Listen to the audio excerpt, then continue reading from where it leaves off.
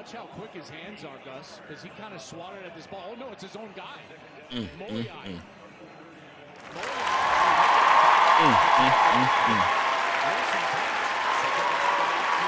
it up in progress. Welcome in. What's good? Good news travel fast. Fastest growing reaction channel on the interwebs. Make sure you hit the like and subscribe button if you're following me on YouTube. It helps. Like the video, share it with people. Facebook, Instagram, all the shit. So I figured I'd get in now. I'm just going to watch the game. Leave y'all alone. Leave myself to think. But of course, as things would have been, CU's going to make us bite our nails down the stretch, and that's fine. It's fine. It's really not, but it is. It is because, if you're unaware, for the uninitiated, for those who aren't paying attention, America's team, the Colorado Buffaloes, Coach Prime and his Buffaloes, up 35-24 over Utah, but doing everything in their power to give this game back. This is a Utah team that has struggled to score this season, but apparently has found their footing. Yes, sir. Picked off. Yes, sir. Picked off. Needed that one. Needed that one in a big way. So that will close the door, what we hope, on any chance of making this game any closer. Welcome in again to you and yours. How's your Saturday? How you doing?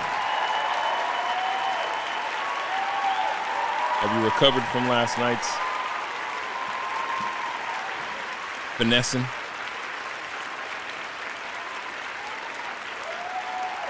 Of course, I'm talking about Mike Tyson and Jake Paul. I talked long and hard with a lot of the people that I trust their opinions. And as this game wraps up, hopefully, Buffaloes and victory. Rinvoq can lower your ability to fight infections, including TB, serious infections and blood clots, some fatal, cancers, including lymphoma and skin. I really just wanted attacks, stroke, to and GI tears occurred. spend some time working on my People 50 and older with a heart disease risk factor have an increased risk of death. Serious allergic 10,000 hours, reactions can man. occur. Practice makes Tell perfect. your doctor if you are or may become pregnant. Get to a point where this is second nature. Sometimes it's still a little weird. I ain't gonna hold you. Sometimes it's still a little weird. It's all about finding your voice. Similar to the Colorado Buffaloes program. I'm trying to build something that will last the long haul. Okay. Similar to Coach Prime, I'm trying to work through the challenges of stepping into a high-profile arena and then dominating. That takes some doing. Holiday shopping starts now. Hirsch. 20% off Holiday select Hoka shopping. shoes. Score up to 20. It ain't even Thanksgiving yet. And they're already busting Mariah Carey out the frame. College football scoreboard as it goes. Bama, Mercer, really? This is the end of the season, though. They've only got one game left on there. They got their rivalry with Auburn left. Clemson up 17-10 on Pittsburgh. The only people that have something to play for are teams like the Buffs, who are trying to do the unheard of, which is turn a 1-11 season into a 4-6 season into a Big 12 championship season. It's crazy. When you really put it into perspective, what Coach Prime is putting together, it's crazy. And make no mistake, when I said that this is America's team, they are America's team. They're definitely Black America's team for sure. I don't know how that greets you. Black America, though, has adopted the University of Colorado at Buffalo. The University of Colorado at Boulder. I just saw Gilly the Kid there in Boulder. All the dignitaries.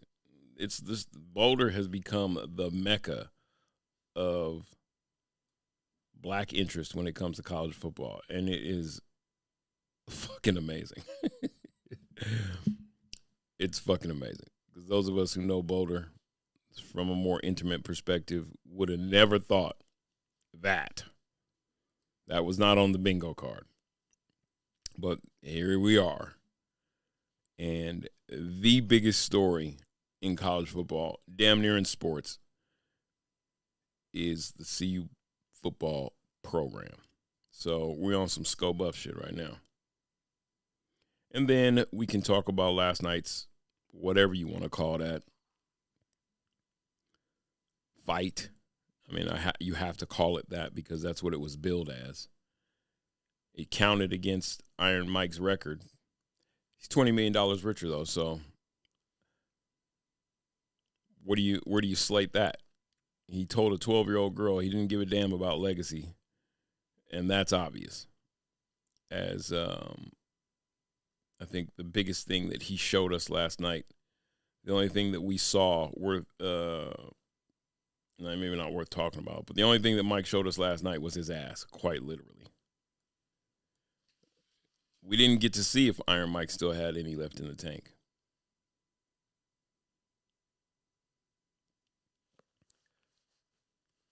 But for now, let's stay on this. Buffs threatening to score. They've had a hard time today. It's been tough sledding. The 35 points, you got a LeJontay Wester punt return for score. That was on the back of CU's first score, which was a 37-yard touchdown pass that kind of, I think, took everybody by surprise because everything after that, that was to Will Shepard. Everything after that was really locked down. Play everything in front of you from Utah. CU hasn't looked like they've struggled really in this game at all. But when you look up and the score is 35-24 and you know how the season's played out for Utah, that last drive where they got the pick was huge because I think it's safe to say they shut the door. It's a 2-score game. It has been tough sledding for both squads offensively. The score is not indicative. It's been big plays that have really not a lot of sustained drives and dominance in that regard. False start. And here's the thing with the Buffs. Sloppy down the stretch. For the second week in a row, you're just watching them sort of salt away easy victories in lieu of these close games. Lack of discipline, the second to last touchdown that Utah scored, Travis Hunter just got caught flat-footed, let a receiver run right by him for a 50-yard score. Which is that's just not, that's like reading your own press clippings type shit. And if this team is going to do damage in the postseason, they're going to have to beat an SEC team to do it. And you can't be lackadaisical and you can't bullshit. You can't bullshit a bullshitter. No, you can't bullshit when it comes to, I think, markedly, I won't say decidedly, but there are better teams that they're going to see than I think they've played all season. Best win, what would you say? The best win on this, there you go. Boom. All right. Game over. Game over. Ball game. There you go. So the Buffs will go to 8-3 with 2 games left on the schedule. Kansas next week. And then you close out with Oklahoma State. Stands to reason that if you take Kansas serious enough, it should be a game that plays out like this one did. Kansas is a team that has been schizophrenic all year. They were slated to finish way higher in the Big 12 and in the national standings than they have. and their season's falling apart on them. Their problem, not ours. Yes, I'm going with the Royal Hours. Their problem, not ours. You take them serious enough to where they don't jump up and fuck up the church's money. You're staring at Oklahoma State to end the year, which I don't think that there's anything that the Cowboys could do to win that game. That means you're going to the Big 12 championship game, which is kind of a penalty. The way that this thing is set up for all of these Big 5 schools is you could have a great season. We know football is a one-game scenario. It's always a one. Look at Pearl. They're going to get Pearl to that bowl game. Mamba Pearl. We know that it's a one-and-done scenario, though. And so you could have a great season.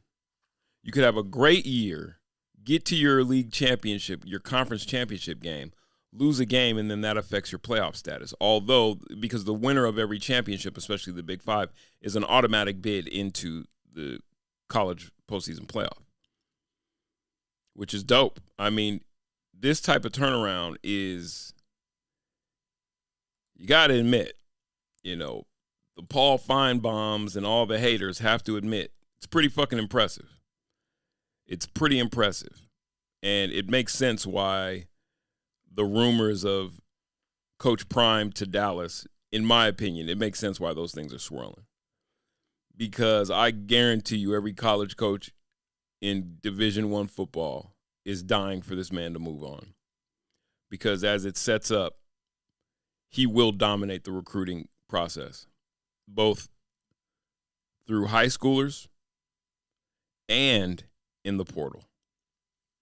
What he's building in Boulder is something that college football, I don't think, has ever seen, considering the new landscape where it is legal to pay players. So the question is how big, how deep are your pockets? How deep is your love? How deep is your love? Do you love me? Do what you say you was going to do for me. And what kind of program can you build when it comes to getting young men into the league or onto their life outside of football on the other side of, 8 to 12 years of football for a lot of these young people? Are they becoming doctors and lawyers if they're not, and business moguls? Like, what kind of program are you building? And I'm telling you, it is the perfect setup. That's holding. Pancake block, but it started with a hold and ended in a sack. CU's defense has shown some bend in this. look at Warren Sapp. They've shown some bend in this game, but they haven't broken. And they've been, quite honestly, the reason why CU has such a comfortable lead. The offense has been, listen, the 42 points are the 42 points. So this is going to sound like, I don't know what I'm talking about. But if you've been watching the game, sometimes the scoreboard's not indicative of exactly what's going on. And CU's offense has been pedestrian at times, inept at times. And they've only been outdone by the fact that Utah didn't really get going until late. Shedeur threw an interception right out the gate. And CU's defense held to a field goal. Woulda, coulda, shoulda. If they give up a touchdown there, we're talking about less than a score game right here, or before that last touchdown. So it's just, context is everything. Context is everything. Context is king. Speaking of context, I saw something that was so egregious that I have to include it in this. It's a big college football Saturday. And, of course, we are solidly focused on sport, but we're well-rounded individuals. We're not, murder in the mess hall. Shiloh Sanders with the forced fumble on Isaac Wilson. Jesus. Came off the edge and textbook Oh man, Alexander Walker, that was one of them ones. Shiloh's had back-to-back signature plays in 2 games. Back-to-back signature plays. And let's go Shedeur. Shedeur underneath. LeJounte Wester. The only guy who really, hasn't had the type of season that I really wanted to see him have was Jimmy Horn Jr., but they're going to get him back next year. I have a feeling Jimmy's not going anywhere. Obviously, it's been an up and down year for Jimmy, and I think next year is his year to shine. I got to look at these 5-star recruit quarterbacks. Who is CU going to get to replace Shedeur? But I have a feeling it's going to be somebody big. Okay, this is ridiculous though. These type of things. Okay. Oh, Travis Hunter. Wow. That was the Heisman. Wow. Terrible call, double reverse. I'm not a big fan. I'm not a huge fan. Terrible call for the double reverse. I'm not a fan of the call, but the way that it ended was the only way Travis could end it. And I think that was kind of the get back for him getting cooked for 6. He got cooked for 6. They run the double reverse. He's caught dead to rights in the backfield and then does what only Travis Hunter can do, which is turn on this incredible athletic ability that he's got, this otherworldly athletic ability that he's got, and turn a definite 20-yard loss into 6. That was pretty tight. That was tight to watch. Good for you, Trav. That might have just sealed the deal. If he wasn't already the hands down. I mean, he's had 3 passes completed on him today. Look, they run the double reverse. He's trapped in the backfield, reverses field, takes it upfield, and then pulls off a leap into the end zone. That could have, right there, won him the Heisman. You have the kid in Bama. Everybody's in Boulder. Terrell Owens. It's so crazy, man. This is wild. This is wild. This is wild. Look at the hug. It's gotta be like, it's fun, but it's gotta be, I don't know. If you're Coach Prime and you just see what it is that these guys are capable of, when they have those lapses, it's gotta just be frustrating. I know he wants clean and he wants perfection. Like, this is a dominant win. This is as dominant a win as CU's had, and still there was room for improvement in it. That's what is kind of scary about this squad. And obviously, so 66 offensive snaps, 66 defensive snaps, 55 receiving yards, 1 touchdown, 1 interception. That's Travis Hunter's day for the day. That is why you're the Heisman Trophy winner. You can't. And yes, he got cooked. But when you say cooked, it was like he was just standing flat-footed. It was that lapse in judgment. Like, they're not going to go over the top on me. And then the next thing you know, the receiver was running by him. And, he's still human. There was only so much that his speed could do. He was barely able to catch up, and by the time it was 6. But, that's just a Heisman Trophy day. Now you just want to get out, nobody get injured. You just want to get out of this last 2 minutes unscathed. And look, I think Travis danced. He did the dancing, but he's all business. He's all business, and CU they're for real. The thing about them is that offensively, they always have a puncher's chance because of there's so many explosive weapons for Shedeur to get the ball to. I do have concerns with they don't call a lot of slants. They call a lot of crossing routes, but not a lot of slants. Just 3-step drop, get it out of your hands. Shedeur has the ball in his hands far too long on far too many plays. And it's great when it's working, right? There's no complaints when it's like, he's running to the left and running to the right. It's all good. It's all good when it's working. When he gets dropped for a sack or, it looks brutal, though. That should not be, personally, it should not be the approach. It shouldn't be the approach versus BYU.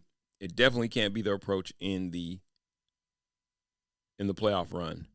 should they make it to the playoffs. You don't want to count your chickens before they hatch, but it looks like CU, with all things considered, I think even if they lose the Big 12 title game, here's the thing.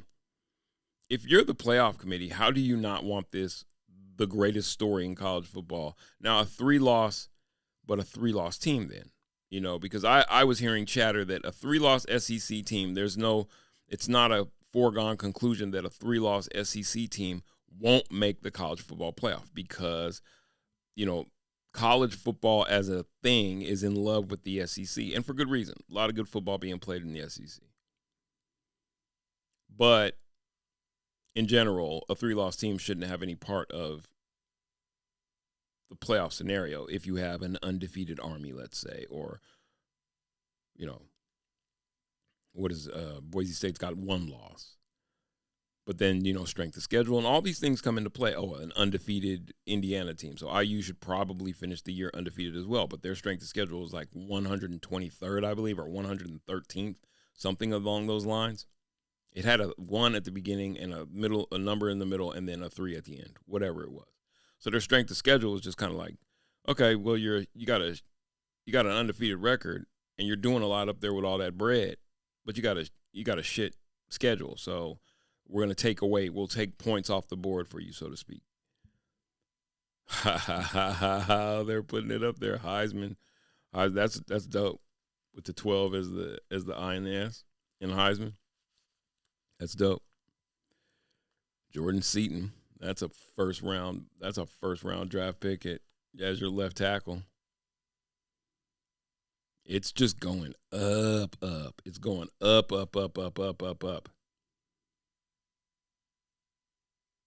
They've been doing a lot of promo for Coach Prime and all of his media properties, especially I Got Time Today, which is the talk show that he's got on Tubi. It is, I think it's without question that when all is said and done, I think it goes without saying that when all is said and done, Coach Prime, 1, isn't going anywhere. Why would you work this hard to build all of this up at CU only to have to now pick up and go and redo it somewhere else? Why would you do that? And, you know, I know that the thought is, well, you know, everybody's got a plan until you get punched in the mouth. Everybody's got a plan until somebody shows up with $100 million. I don't think that the man is motivated by money as much as maybe some of his other counterparts that haven't made the money like he's made already. He's a well-to-do man already, right? But you can always have more money. Ask Mike Tyson. You can always have more money, sure. But all things considered, I think that money's not his motivator. So then the question is, well, does coaching up the highest level, quote unquote, is that his motivator? It could be.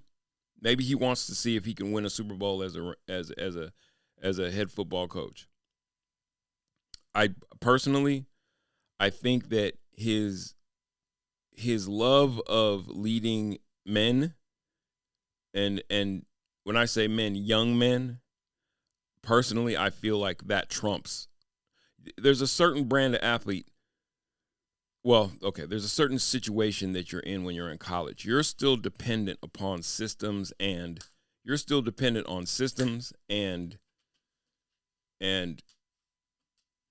sort of infrastructure when you're a college athlete.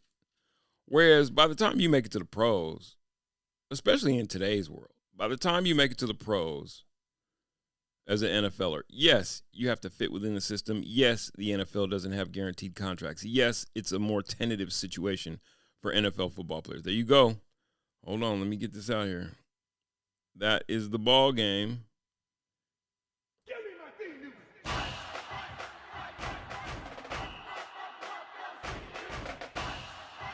Go ahead and congratulate your CU Buffs, ladies and gentlemen. They are 2 games closer. 8-2 now. They are 2 games closer to one of the greatest turnarounds. They are 2 games closer to one of the greatest turnarounds in sports. From 1-11 to the Big 12 championship game in a span of 2 years. And quite honestly, let's see if we can get some of this sound from Coach Prime post game.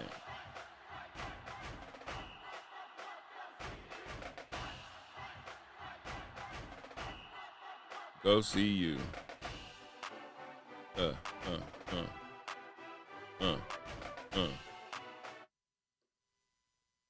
don't know why I'm not getting that.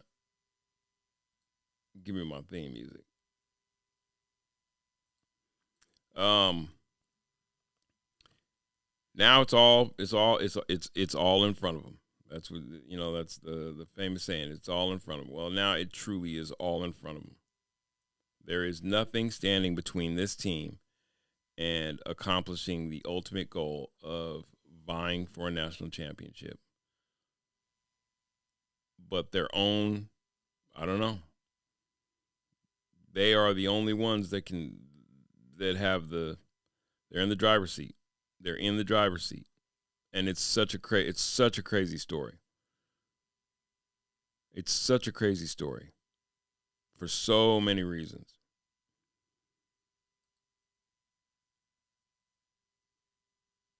I don't know what the hell that's weird. I don't know why my computer's being weird. 49-24. Buffs over the Utah Utes. Fuck yeah, dude. Go see you. Fuck them up, go see you. Give him outlets. Yeah. You can. Okay, that was that particular broadcast that was doing that. Go ahead and have a party, Boulder. America's team. They're going to hate it. The Paul Feinbaums and all that. They're going to hate it. This ain't going anywhere anytime soon. Just as the complexion of college football changed forever with the NIL, here comes the man they all love to hate quietly. Here comes Coach Sanders, Coach Prime, and his profile, cachet, swagger to fuck up the church's money. Y'all had it real good for a long time. Y'all got fat while everybody stopped on the streets. It's my turn. I've been saying this now for the better part of 2 weeks. That man is going to build. He's going to build what Bobby Bowden had at FSU, times what Barry Switzer had at Oklahoma, times what Bear Bryant had at Alabama, times what John Wooden had at UCLA. I think by the time all is said and done, his connection now with the IMG Academy, I think by the time all is said and done, we're going to talk about one of the most storied, one of the most dominant college football programs in the history of college football by the time it's all said and done. Because you gotta do the math now. This is just a matter of math. We're talking about a guy who, it's not his offensive or defensive mind that holds the thing together. He is the CEO. He is the CEO of a corporation called CU Football. But that corporation is capable of generating so much revenue just by virtue of his profile that it is the rising tide that lifts all boats. Restaurateurs and business owners in Boulder will forever be indebted to this man's arrival. I would love to see the financial numbers for revenues increase over the course of football season because of that man's involvement. But again, we're talking about a rising tide that lifts all boats. The more money that comes into the program, if the University of Colorado Boulder does something crazy, like, I don't know, leave the Big 12 and go independent. Go independent and then grab yourself a TV contract that includes all CU sports. $100 million deal. We just watched Netflix. We just watched what they were able to do with just Mike Tyson and Jake Paul, which, we'll talk about shortly. But in retrospect, Netflix hopped into the live sports arena and made themselves an extra $200 million. I don't know. to have one great fight, Amanda Serrano and Katie, whatever the headbutt girl's last name was. One great fight. A couple of other fights on the pre-fight card that were, they weren't terrible.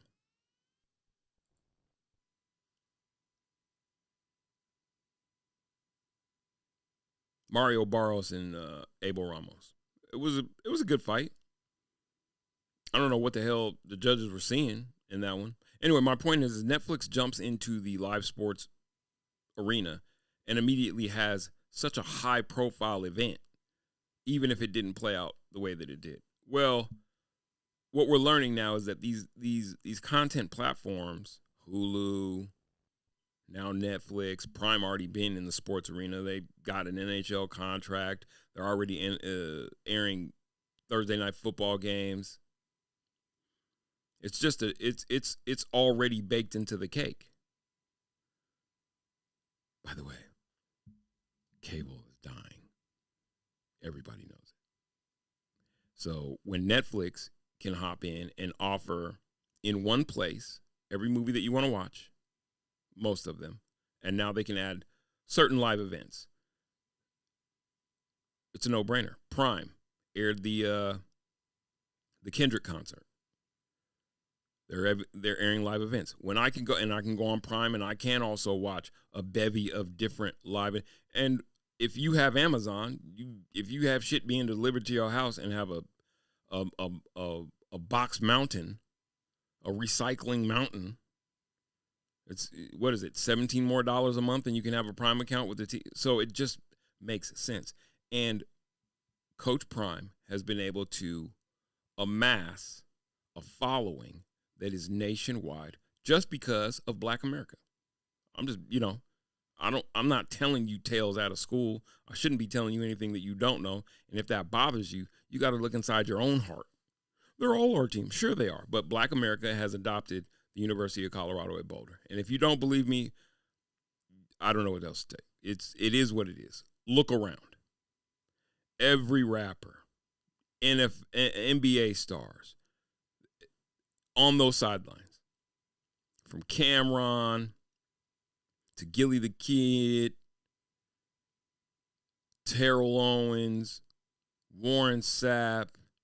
You got anytime there's an NBA star that's in town to play the Nuggets, they're making the trip up to Boulder. We've seen KD on the sidelines. It is what it is. Like it, love it, want more of it, or hate it. It's not going to change what the thing that's happening. So for them to get a Prime contract means that now you ain't got to have no bootleg service to watch the games out of market. You feel me? I'm telling you. I almost can guarantee you that Rick George and them already got that in the works. Okay, so you have that. So if that's a, let's say, $100 million deal, which it would be worth that in spades, just because you already got the Coach Prime series on there. I would imagine the 2B series, how much longer do they hold that, or does that come over? Like, he has been able to multitask better than anyone in terms of, because again, he's the CEO, he's the pitch man. You saw last night with the Netflix fight held in Jerry World. Well, Jerry Jones is front and center. He himself fancies himself a centerpiece, someone to be looked at and heard from. Nobody wants to hear from the Crypt Keeper, but he's there. So do you think that those two worlds could exist in the same place? I'm not even making the case no more about that Dallas bullshit. It's dumb. To me, it's wishful thinking on behalf of legacy media that's running out of ways to tell stories. Because don't look now, but yes, Prime is telling his own story as well through his son Bucky and Well Off Media and what they're reach the people. It's a different landscape, and these dinosaurs are getting left behind. So, $100 million, let's say $100 million TV deal for all CU sports. Because, he's not going to leave the rest out, because he's already expressed interest that he wants to see a baseball program back up at CU. He's not going to leave the ladies basketball out. His daughter, although she's not there any longer, he's not going to leave watch. All CU sports televised on Prime Network. Boom. Now you're talking about a recruitment powerhouse across at least men's, women's basketball, and football. Baseball. Let's just say those sports. And, CU has a golf team and whatever. I'm just saying the majors that bring in money, volleyball, the majors. Watch and learn. Don't believe me. Don't trust me. I'm telling you, master prognosticator. That's going to happen. Well, let's just refocus on football.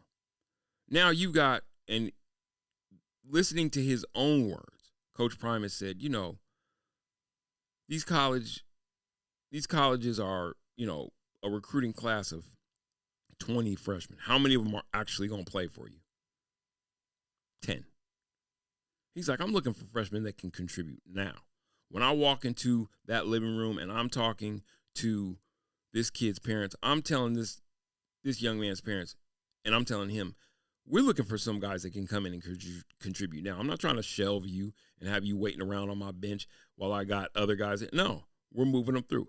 And that 10 combined with the best 10, 12 that we can get out of the portal, I keep my program going. I'm telling you, he'll win no short of 4 national championships at that school. No short of 4. And be in every year's playoff conversation.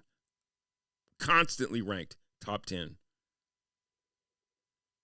With the best, watch it happen. With virtually zero competition when it comes to recruiting. Virtually. There'll be programs and there'll be lore and there'll be, I think, that natural want to go against the grain that will out-recruit him. A kid who grew up in Alabama and dreamed of playing Crimson Tide football, will he forego that to come and play in Boulder? Maybe not. There's no guarantee to it, though. Because at the end of the day, now it's profile. Who's going to get me to where I'm trying to go? And if I feel like I am destined to play on the next level in football, I'm going to the place that gives me the best chance to be seen for scouts, gives me the best professional football education in terms of the type of packages that we're running, the type of offense and defense that we're running. You're talking about a sideline that's full of ex-NFLers. It's just watch and learn. That's all I can tell y'all. Watch and learn. And for fans of the University of Colorado, it's probably you haven't even realized. It's intoxicating now. You haven't even realized what this is going to actually be. It's probably not even set in yet, like what you're actually watching happen, which is you're watching the beginnings of a dynasty. If he's done this, and this is apart from the wins, really. The wins and losses matter. It's the attention. The wins and losses only support the attention. He's already sucked the air out of the room. He's already made this program the one thing that everybody's talking about constantly. It doesn't matter what Georgia's doing. It don't matter what Alabama's doing. It don't matter what LSU's doing. It doesn't matter what the SEC's doing. It doesn't matter what Notre Dame's doing. You're not keeping CU out of the conversation any longer.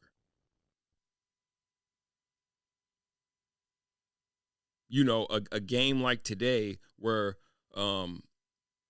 Big Noon whatever is in Boulder. But it's like they're only playing Utah.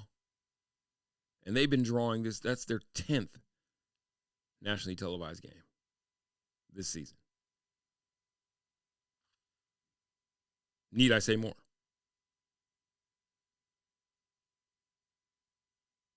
So get ready, Buffs fan. It's all good. It's all good in the college football hood. And I couldn't be happier. I couldn't be happier because there's also the cultural aspect of it, which is far more interesting to me than even what's happening on the football field. If you've been to Boulder, you might have some idea of what I'm talking about, which is to see that city blackified. It's just like, it's such divine justice to see that city. because everybody likes a winner. Everybody wants to be a part of it. And I think Boulder, as liberal as many would think that the University of Colorado Boulder is, and it's a college town, so of course there's lots of liberal vibrations, lots of liberal vibes. But historically, Boulder as a town has been it's had a challenging, a very challenging history when it comes to relations between its majority white population and non-whites. And you would have to just be from Colorado to understand that.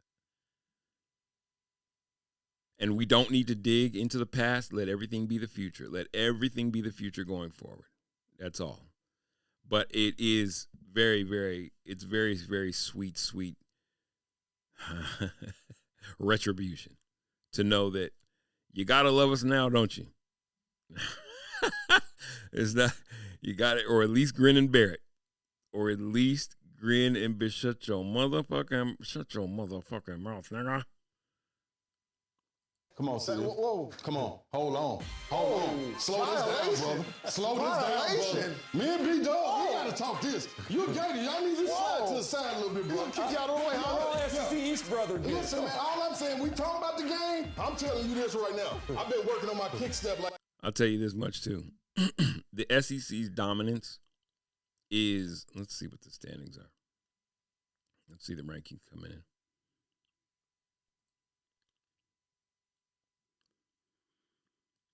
Oh, 10-0 Oregon. That's going to be, this is one of those teams too that, and this is a part of the conversation. So right now you got 3 undefeated squads. You got Oregon at 10-0, Indiana, IU at 10-0, BYU at 9-0. Somebody's O's got to go. I do believe Indiana still has a date with OSU. Yep. That's next weekend. Thanksgiving weekend. I think their O goes before all is said and done. I'll have to see it to believe it. Ohio State is playing Northwestern. Okay. 31-7, they beat Northwestern. I'll be shocked if IU ends the year undefeated. Oregon, there's not much left for them Wisconsin, Washington. Where's Wisconsin at?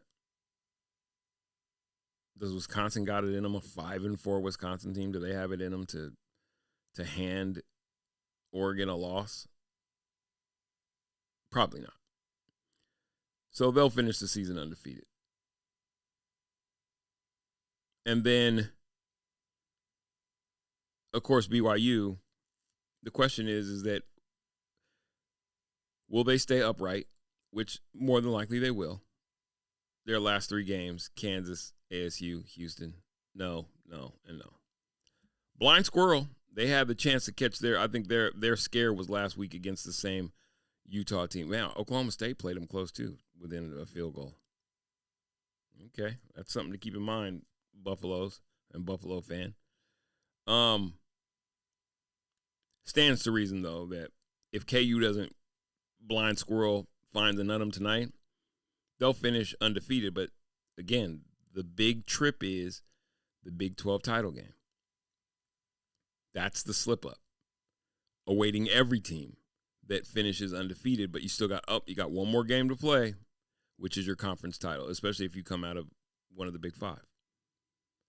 So, for that reason, CU today came in at 17 in the AP, in the coaches, 18 in the AP. When you start on Monday, come Monday, they'll at least not have gone down in the rankings. And did Boise State lose today? No. They play San Jose State tonight. Nobody's coming down in the rankings this week. So all things considered, this is your top 20 with whatever happening below CU. Who gives a shit? Maybe Kansas State loses. You need one of these teams, SMU, Boise, somebody to drop one that they shouldn't lose. Tennessee has a chance to lose tonight. They got a tough game tonight. But that's not going to really do a lot for – there could be a succession of moving up for the teams behind them, but Tennessee's got Georgia tonight. So we'll be watching that game. We'll keep an eye on that. And the Jalon Jones fights tonight too. So let's say Tennessee loses. Maybe there's a step up for everybody. Everybody moves ahead of space. Everybody moves up a space, which really isn't going to happen because now an 8-2 Tennessee team, or if Georgia loses tonight, though, quite honestly, it's probably better for CU than if Tennessee does, because you could see Georgia. It's not that CU would move up ahead of them, obviously, but I'm just saying, where does that drop? Where does a 3-loss Georgia team, or where does a 3-loss Georgia team? Like, if Georgia loses tonight, how do you have a 3-loss Georgia team ranked above any of the teams in front of them if all those teams only have 2 losses? You can't. You shouldn't be able to, but that's that SEC bias that we're always talking about. That's that SEC bias that just won't quit. But you see where LSU is slotted. You see where South Carolina is slotted. Those are 3-loss teams. So why would Georgia be any different? Because everybody assumed that the defending champs would be better? That's how college football kind of goes, though, with coaches and honks, and they'll say, "Oh, well, that's a hard loss." They lost to Tennessee, but it's like, yeah, but they lost. Who are their other losses? Okay, so they lost against Bama, they lost against Mississippi. Oh, back-to-back losses too, and they got skunked by, and they only scored 10 points against Mississippi. I think this is what we're hoping for, Buffs fan. This is what we're hoping for. You need a loss from Georgia tonight if you want CU to keep the best bet for CU. And this is what I'm saying is the best bet for CU to play in the Big 12 title game, maybe not come out with a loss and still make the college football playoff, is for teams ahead of them to take losses in these next 2 weeks. You need teams ahead of them to take losses. So your best bet is you want Georgia to take a loss, because that should drop Georgia out of the top 17, 18. They should be slated back towards South Carolina. Who cares how this season was going to go for them? They got 3 losses. There's no way in the world they should be ranked ahead of any of the teams. Like Louisville in front of Clemson makes no sense to me, because Louisville's a 3-loss team. And at this point in time, I don't want to hear about – I do want to care about strength. I want to hear about strength of schedule. And I guess because they've moved up 3 spots, maybe how many in a row has Louisville won? Personally, I guess it must be the quality of win that Louisville's getting. You beat Boston College, you beat Clemson, and everybody's like, oh, Louisville. Okay. At the end of the day, you need – tonight, what we're hoping for, I'm going to throw the mojo in there. Tonight, what we're hoping for as Buffs fans is we need a Georgia loss. We need a Georgia loss. The Georgia loss helps our cause just that much better, just that much more.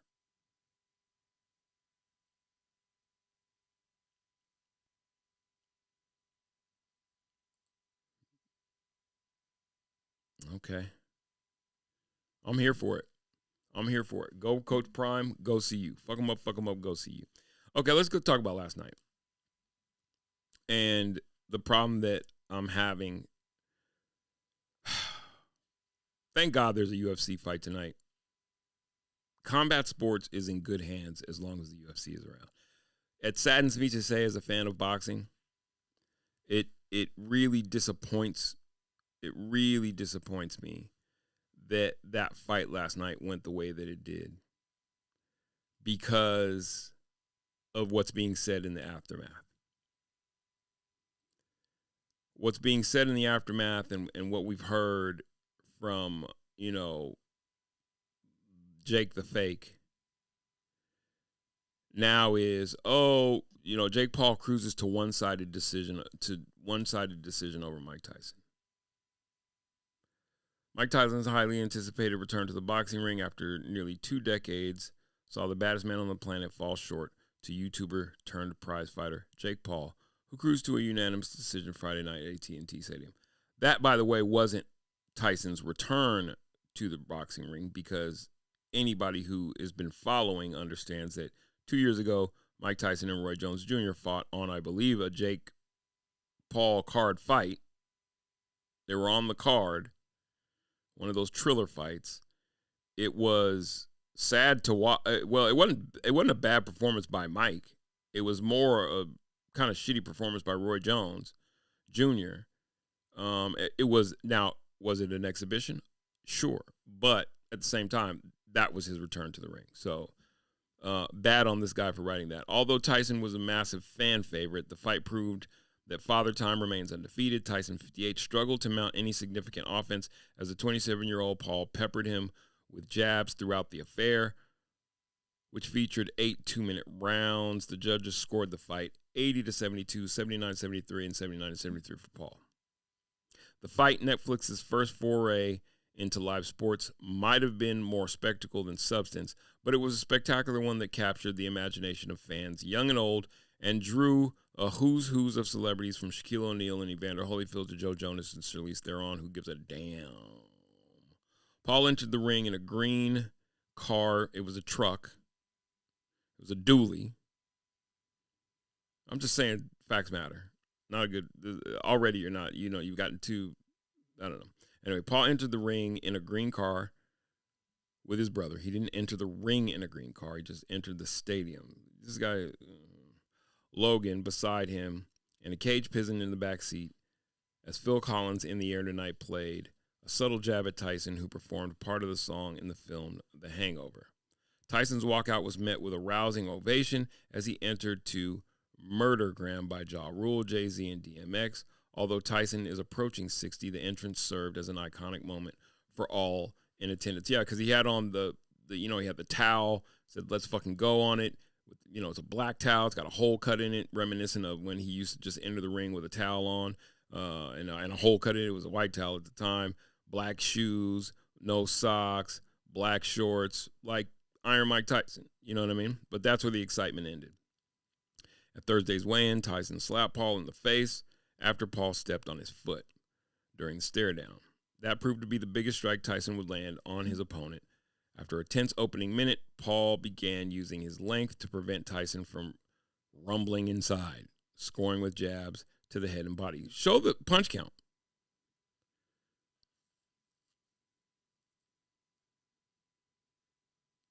.28% of it peppered. You call it 28% of the punches landed. You call that peppered. 70% of his jabs landed against a Mike Tyson who literally, after the second round, did abso-fucking-lutely nothing.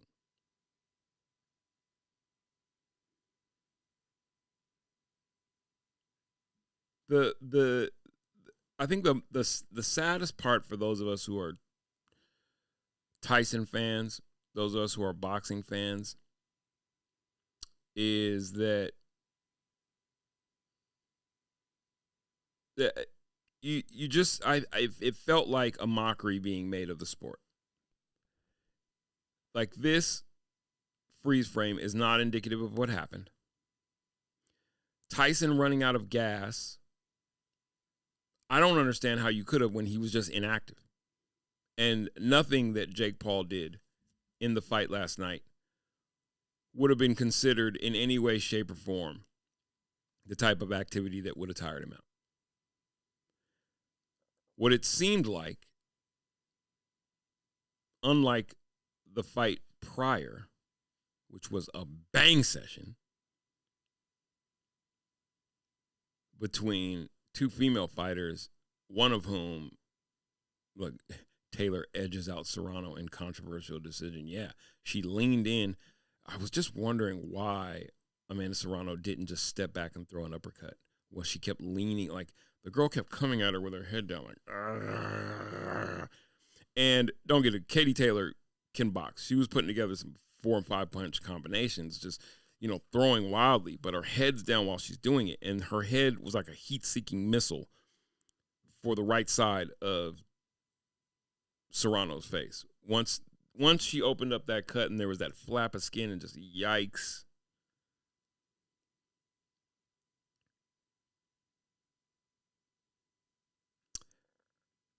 unlike that fight, there was little to no action to be had after the second round. I don't care what peppered and all this bullshit that this guy's talking about in this article. Andreas Hale. Andreas Hale, I don't think, are you there? Is he the guy who covers combat sports for ESPN? I don't think so. He must be some weird beat writer. Because that's what boxing's become.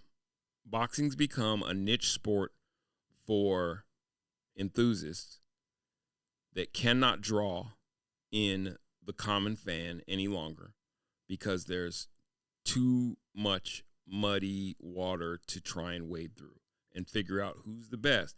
This guy's got a belt and that guy's got a belt.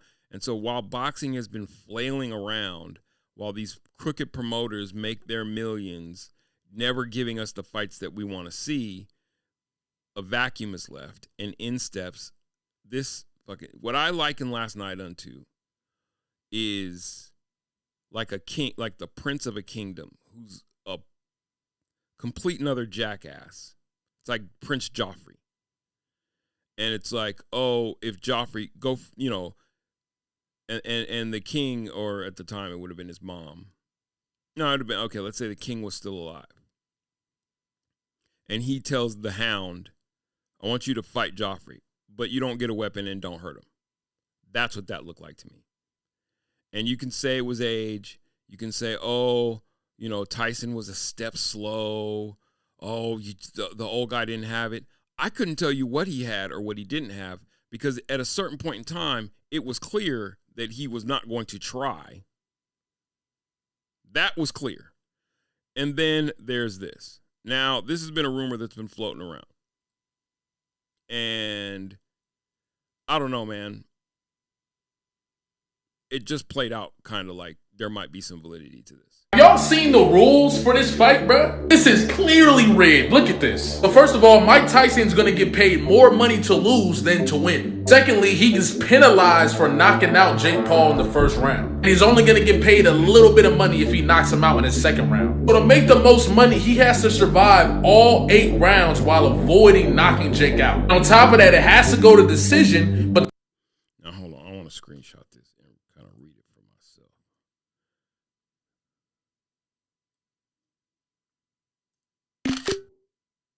the problem is Jake Paul chose the judges. This is crazy rigged, bro. If I'm Mike Tyson, I'm gonna just knock him out anyway. Please, just do it. So, and this has been floating around. I mean, I looked up a couple stories on it. And while, you know, the debunkers are out debunking, saying, oh, there was a particular boxer who's like Gotha or something. A particular boxer whose name I do not remember right now, who said he saw the contract and that there's reason to believe that this thing is fixed or that Mike was basically handcuffed.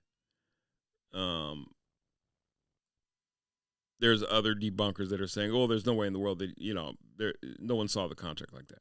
The rules for Mike Tyson versus Jake Paul are designed to favor Jake Paul. These include the rules are extremely favorable to Jake Paul. Okay, this in and of itself, like for this kid to be reading this, and this is something I want to get to with something I saw with Vivek Ramaswamy.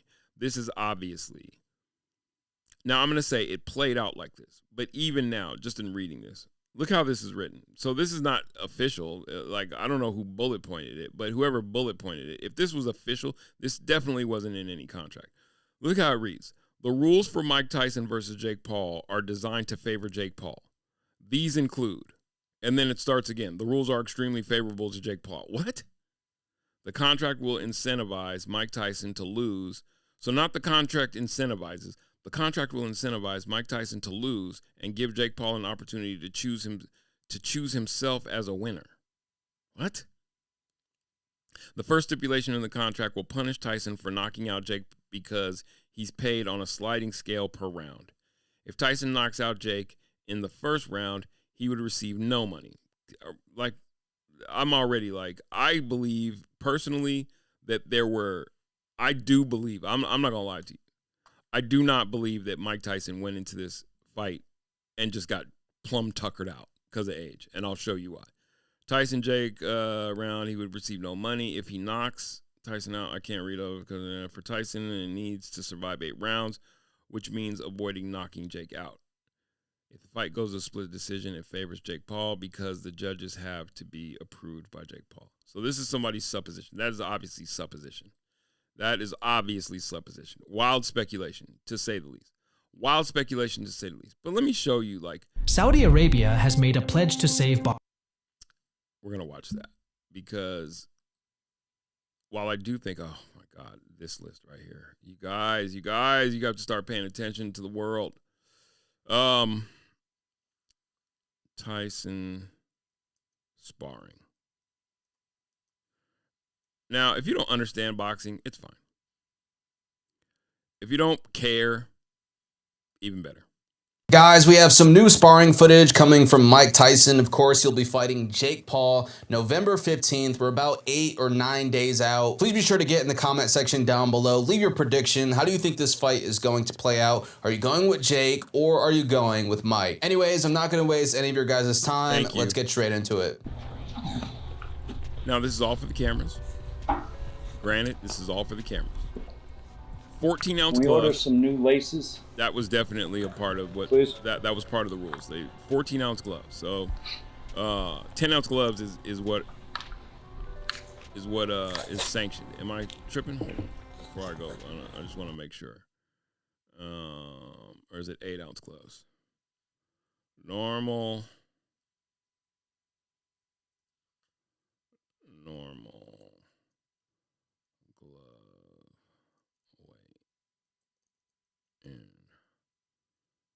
Boxing.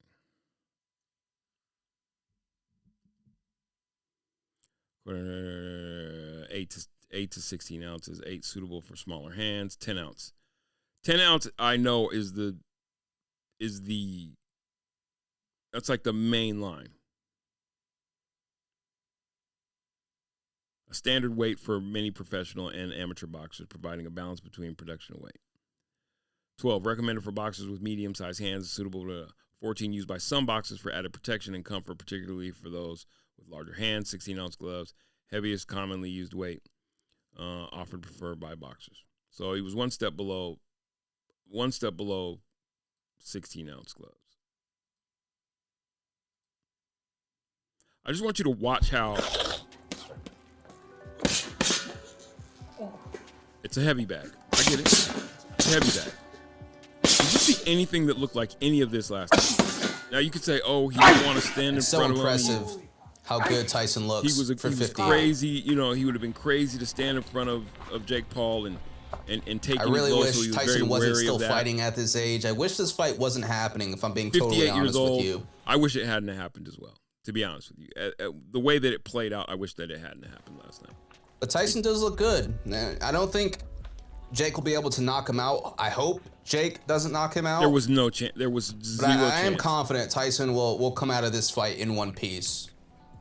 I understand he's Mike Tyson, but he's almost 60. You know, you do have to worry about this man's health fighting a 28-year-old. I think that is the most overblown piece of this conversation. If it's football or basketball or hockey or a movement sport of sorts, okay, it's combat sports. And I think that there is this overblown trust that youth trumps all, always. If you've ever been hit in the mouth, you understand that it doesn't matter the age or even gender of the person doing the striking. What matters is, do they know how to punch or not? By the way, older bones are denser bones. This is not new information. Here he is getting ready to do a little bit of sparring. If you can box, you can box.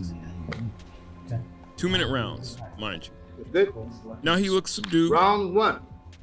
Did you see any of this? Hold on. Now, again, sparring. Did you see any of this last Tyson night? caught him there with a left hook. I think we'll get a shot of another angle there. Why the fuck are we watching this dude?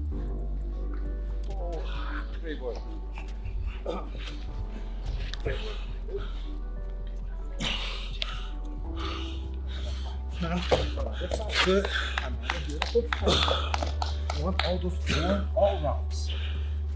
All rounds. What is that? Nice left hook. Up. Was good for today. So it was that left hook that dropped him. Sure? Yeah. Yes. You fucking sure? Yeah. Absolutely. Yes. You sure? Yes. Fuck with me, it's all right? Let's do this. Mike's amped up here. Let's do this. You sure? Yes. Trust me. I got a lot. I just didn't believe the output. I did not take serious the output that I saw. And again, while it's respect this 60-year-old man, This is your man. in any measure as his what I don't think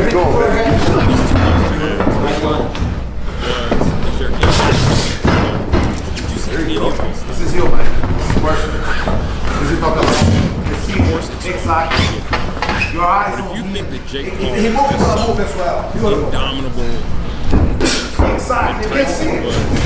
to mix it up, I just didn't see anything. And it looked Nice jab, Mike. Solid shot. Excellent. just decided there was no reason for him to get active. Barely threw punches. What it was about 11 punches about 11 punches, and even in this sparring, that's right here, the opponent is far more active than even Jake Paul.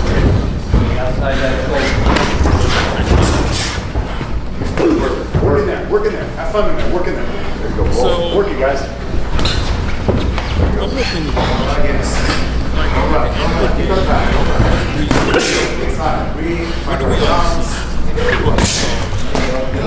we saw Jake Paul make a ton of money for himself, for Netflix, and for Mike Tyson. Enough money for Mike Tyson. It was obviously worth showing your ass, quite literally. It was worth showing your ass and walking away $20 million rich. And, you know, when you saw him tell a little girl, 12-year-old girl, like, I don't give a fuck about legacy. That's the shit that y'all are worried about. I completely understand all of it. And I'm telling you, none of this was there in last night's fight. Not even in the first. The first round was about as active as he got. And again, I understand 58 years old. I do not believe that was his best effort put forward, and I don't think it was fear or age. I don't think fear or age was the reason why. Speculative, of course. But that's my opinion, and I'm sticking to it. That's my story, and I'm sticking to it. Because if the rumors are any close to true, and Jake Paul's anywhere near smart, you do not want a 58-year-old Mike Tyson to lay a glove on you in a serious manner. You could really get hurt. And I don't think there's any question that kid's not a real boxer. So the problem that I had with last night's outcome is that boxing took another ding. Because this is what we have. As fight fans, you know, the traditionalist or the purist, from the purist to the novice, what you saw was, and this is why we don't fuck with boxing. That's what I came away with. The ladies had a great squabble. But if you missed that fight, hopefully you didn't. If you missed that fight, hell, if you missed the preliminary before that, either of them. The first one was, some, Brazilian YouTuber and some Indian Goyat? Some Indian like Red Dot, not Feather. Some Indian action star who had skills. He was clowning. He was doughy. He had skills.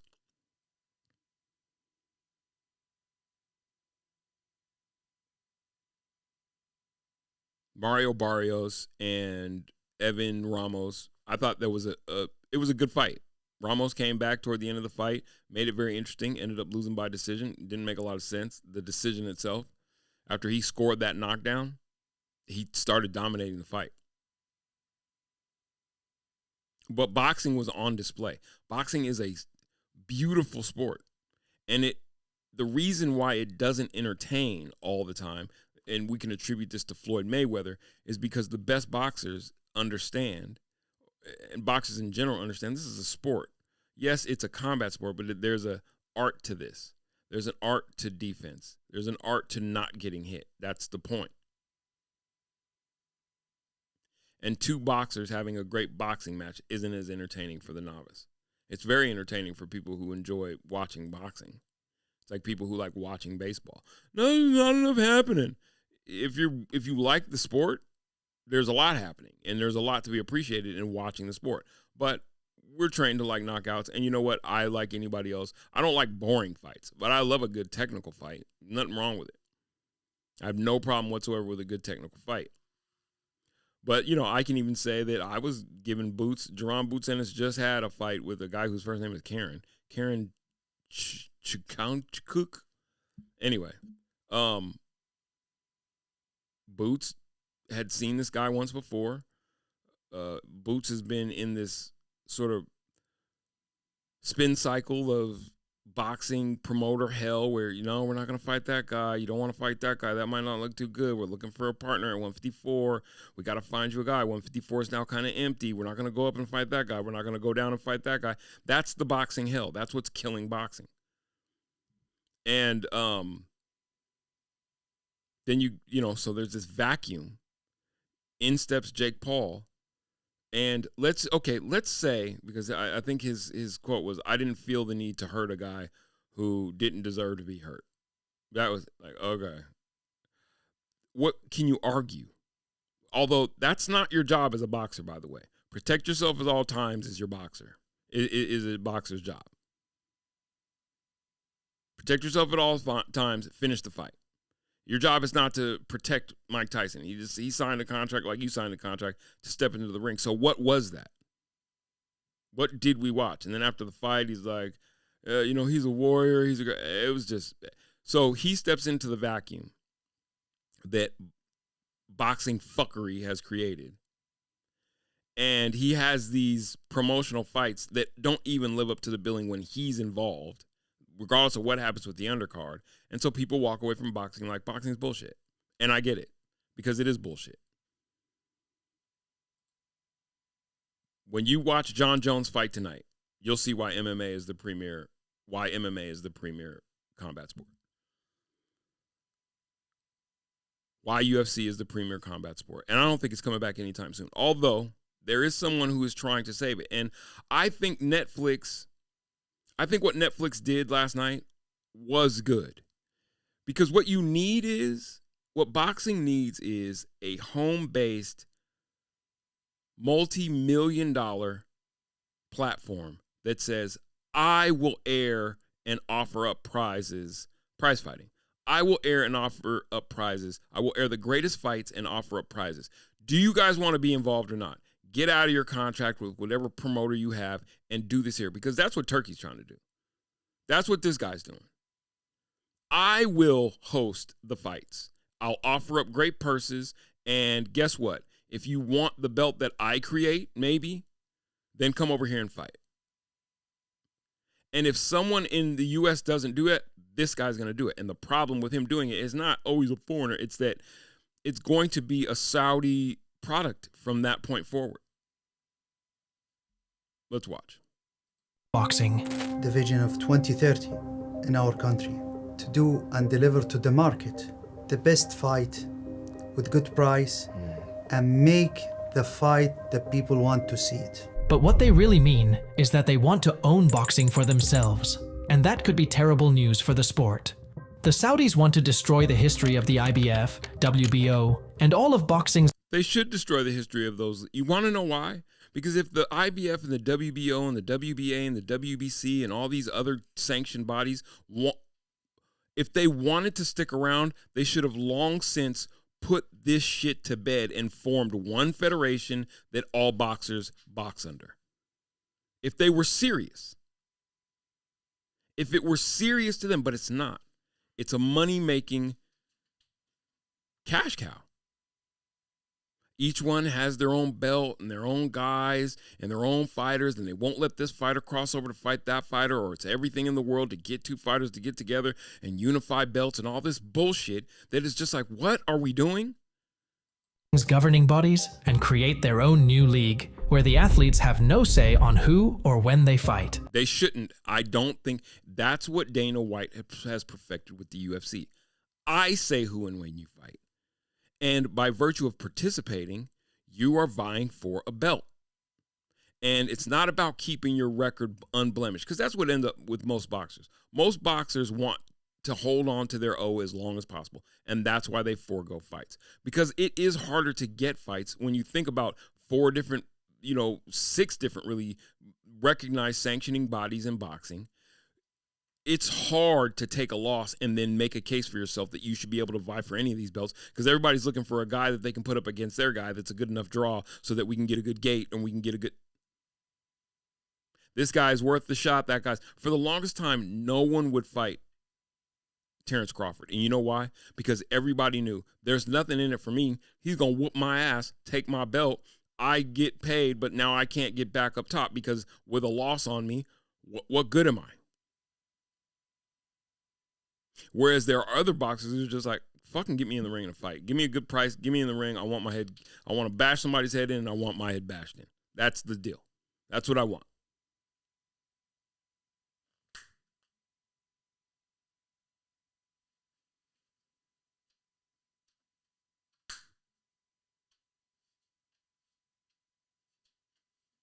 Talking to my dog.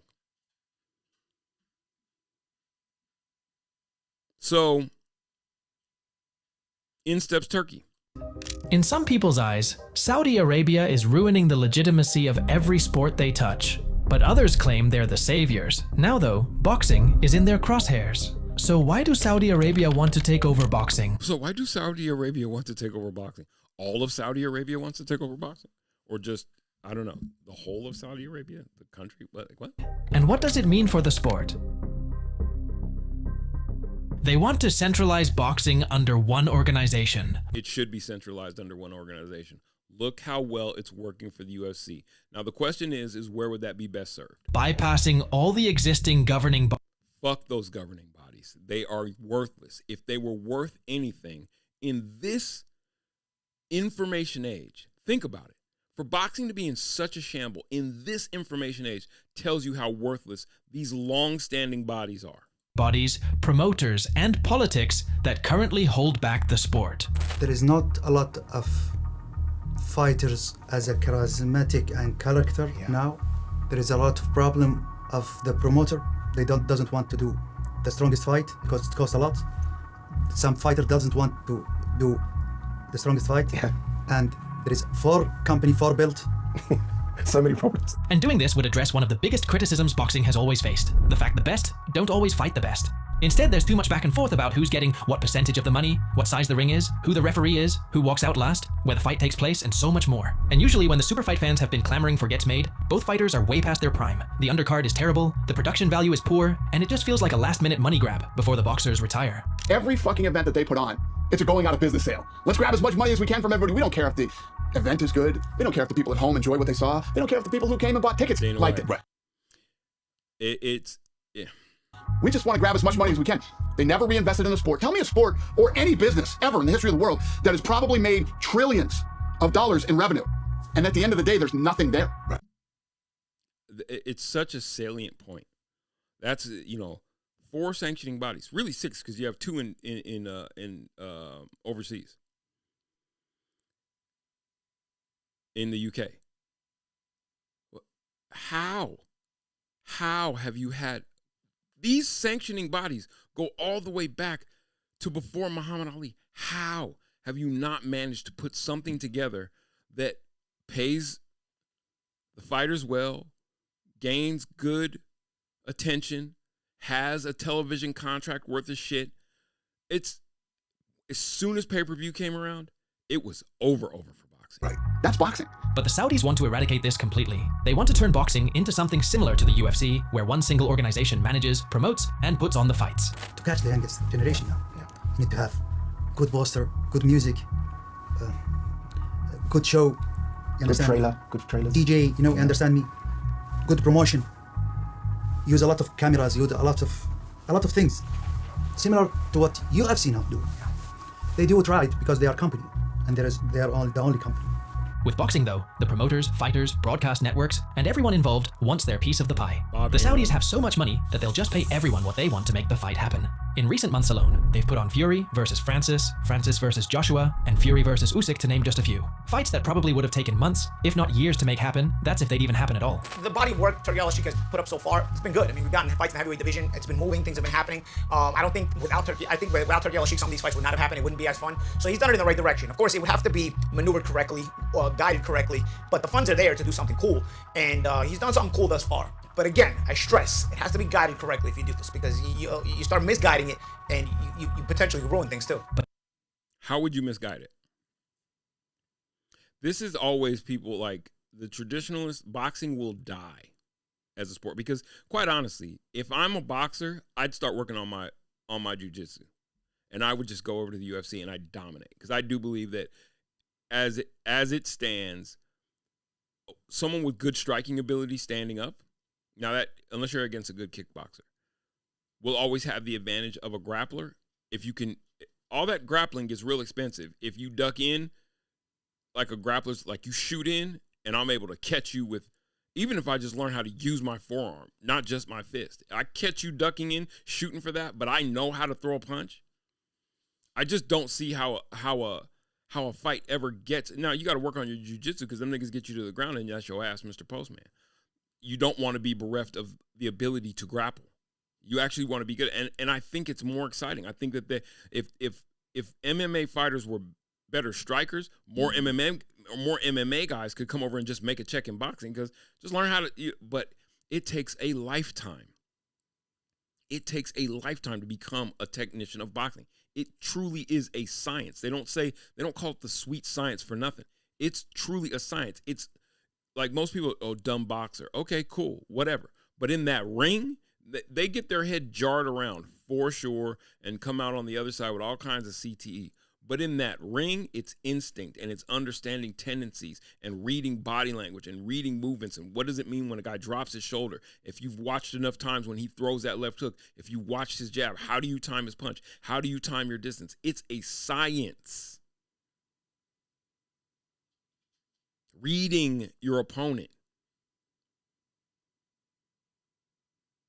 Like, I hear guys making that point, like, if he's not careful, if it's not done right, why? If he doesn't adhere to the old way, they're so indoctrinated by what you've known up until this point that you're scared to have it broken down into one thing. But I'm telling you, boxing will die and go away. It will die and go away because there's no need for it. There's no thirst for it.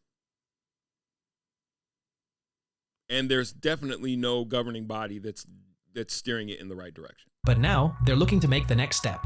Talks between multiple boxing promoters, including Eddie Hearn's Matchroom Boxing, Golden Boy Promotions, about a potential $5 billion deal to create a new boxing league, are underway. If the deal is signed, over 200 of the world's top boxers will come together under one league. It would feature 12 weight classes, around 15 to 20 boxers, in each division with a single ranking system, essentially identical to the UFC's system. As a result, the confusion around there being hundreds of world champions forced mandatory challengers, and the infighting between the IBF, WBO, WBA, and WBC would be a thing of the past. Was exactly what we have been banging the drum for on this show for an awful long time, and that's pure and simply bin the belts. To get rid of the four governing bodies in this sport, which are leeches on the sport, that do nothing but take money from the table of the fighters. It would no doubt be the biggest shake-up in boxing history, and these groundbreaking changes are being led by one man, Turki Al-Ashik. So the problem is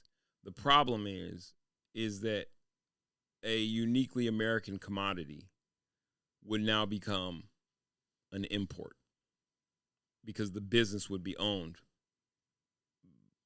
by a Saudi Arabian entity.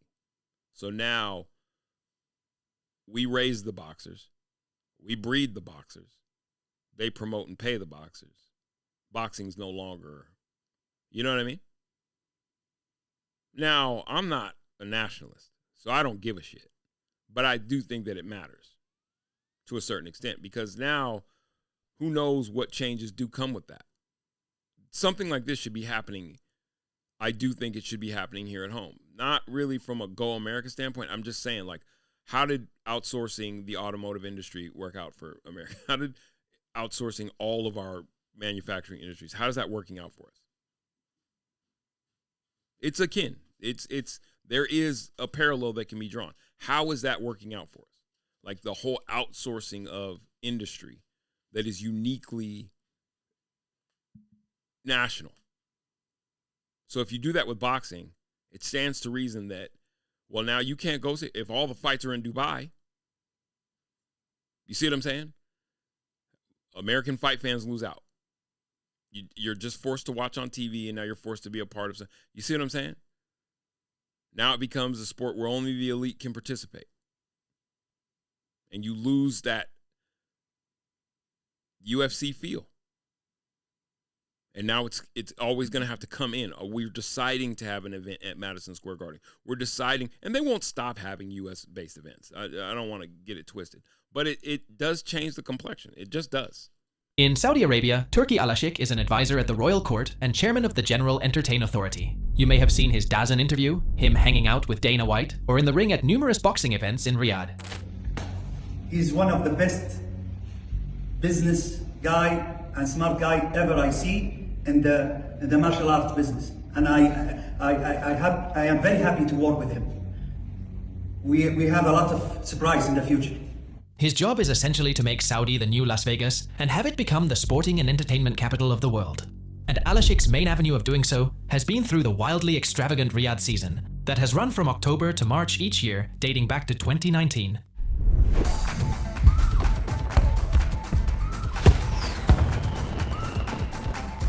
It's a huge series of events that brings the most high-profile music and sports all to Saudi Arabia to perform their craft. Whether it's Post Malone, a tennis tournament feature, Novak Djokovic and Carlos Alcaraz, a soccer match between Cristiano Ronaldo's and Lionel Messi's teams, a WWE event, or numerous boxing events, Saudi Arabia are being incredibly ambitious. But while Al-Ashik's role is to turn Saudi Arabia into a tourism hotspot, he actually has a passion for boxing. I am fan in boxing, and the people in our country like the boxing.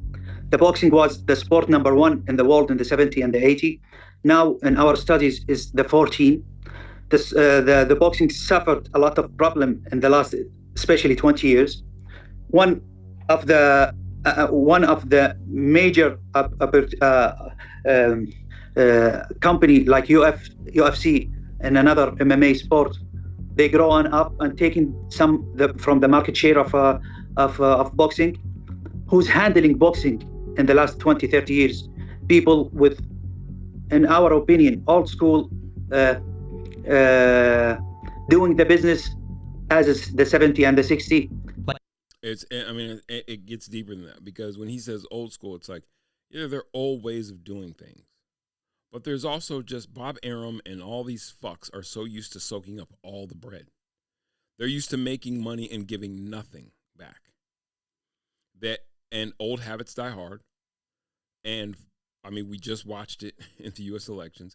Old habits die hard, and for whatever reason, these old codgers they got their teeth and they're just holding on, as opposed to take your money and go spend time with your grandkids. What the fuck? Just get the hell out of the way. Like most fans, he was fed up with seeing things like Usyk versus Fury not happening, and Mayweather versus Pacquiao going down years after it should. And that's where Al-Ashik saw an opportunity to step in and try to essentially own boxing. You got one fighter on one side of the street, top fighter, another guy with another promoter, the other side street. They don't want to come together unless the money is so crazy, because they don't want to lose control. They want to make all the money. Now the money's so crazy, they're coming together. And it shows you those fights could be made. They could be made here, but they don't want to part with that money. They don't want to get to them. So it took Turki Al-Ashik to come in and say, okay, I'm going to throw so much freaking money at you that everybody will love everyone. Everybody will be in the same room. Everybody will come across the street. And it'll become... So you know who's got money like that? Which is my point. Netflix. 200 million subscribers at $13 a month. Netflix is making... Let me see. I'm just going to do crude math. Monthly. And let's be generous. Let's not say 200 million subscribers. Let's say worldwide, Netflix has 150 million subscribers, which I know is the short end.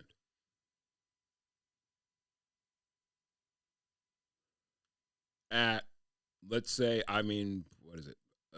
Let's say $29 a month.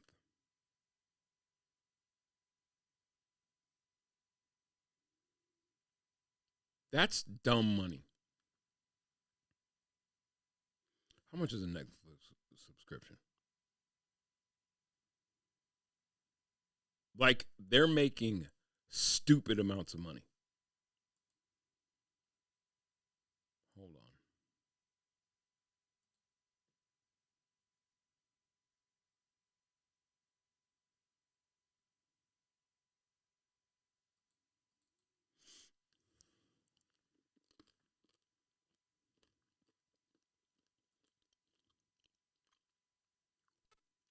Hey, Vale, how much is a Netflix monthly subscription?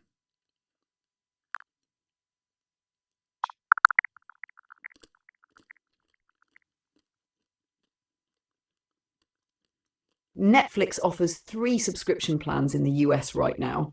Standard with ads, $6.99 per month, with full HD 1080p streaming on 2 devices but includes ads. Standard, $15.49 per month for ad-free viewing, also in full HD on 2 devices, with an option to add an extra member for $7.99 per month. Premium, $22.99 per month, featuring 4K HDR streaming on up to 4 devices and the ability to download on 6 devices. The basic plan has been discontinued for new subscribers. Let me know if you want details about any specific feature. How many subscribers does Netflix boast?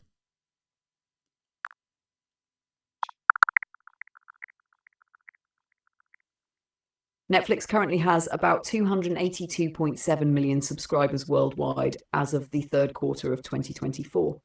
This marks significant growth, driven by its ad-supported tier and crackdown on password sharing.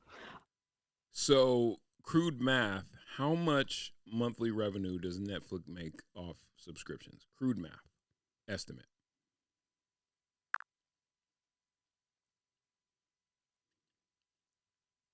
If Netflix has about 282.7 million subscribers and the average monthly revenue per user is roughly $16.64 globally, then the estimated monthly subscription revenue would be approximately $4.7 billion.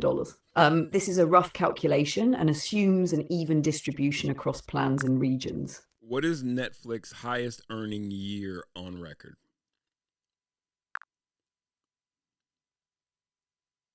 Netflix's highest earning year to date is 2023, with a total revenue of $33.72 billion. This marks steady growth compared to prior years.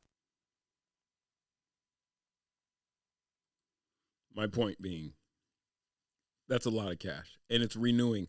It's a renewing and hopefully growing subscriber base, right? You start offering boxing matches, you start offering fights, things that step out of the world of just, that's why they're going into live events. Because now you got to step out of that. People who want to watch movies, they can't carry every movie. Disney Plus got these movies that they can't have. Well, what else can we offer? That's what I'm telling you. Cable news, cable television, it's dying fast on the vine. It's already been dead. It's just, you're always the last to know. I'm going to point that out here in a second before I get out of here. But with that type of revenue, as long as it keeps coming in, it stands to reason that they've got, and it just renewing monthly. You're just getting that monthly. And if you grow your subscriber base, obviously now you're getting more of that monthly.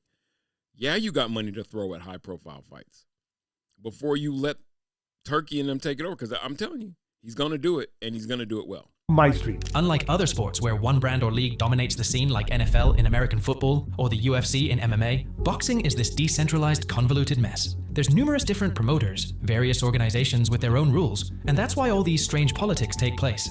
So boxing is ripe for someone with a lot of cash to step in and make some drastic changes. But that hasn't stopped Saudi Arabia from trying to infiltrate into other sports. And while it's perhaps worked out better in other instances, at times it's been incredibly controversial. One of Saudi's biggest and most contentious sporting investments was into golf.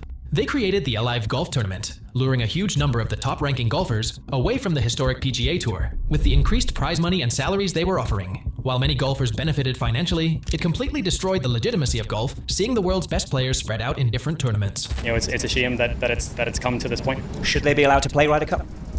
No, if I had my way, no. What's the damage already done, do you feel, to the sport of golf? I think it's just ripped it apart at this point. In soccer, Saudi have disrupted the major European leagues by signing a whole... Oh, is that boxing might be... So, see, the difference between this and the UFC is that, I mean, let's keep it a buck, man. I live in America, so I don't give a fuck. UFC is an American-based sport.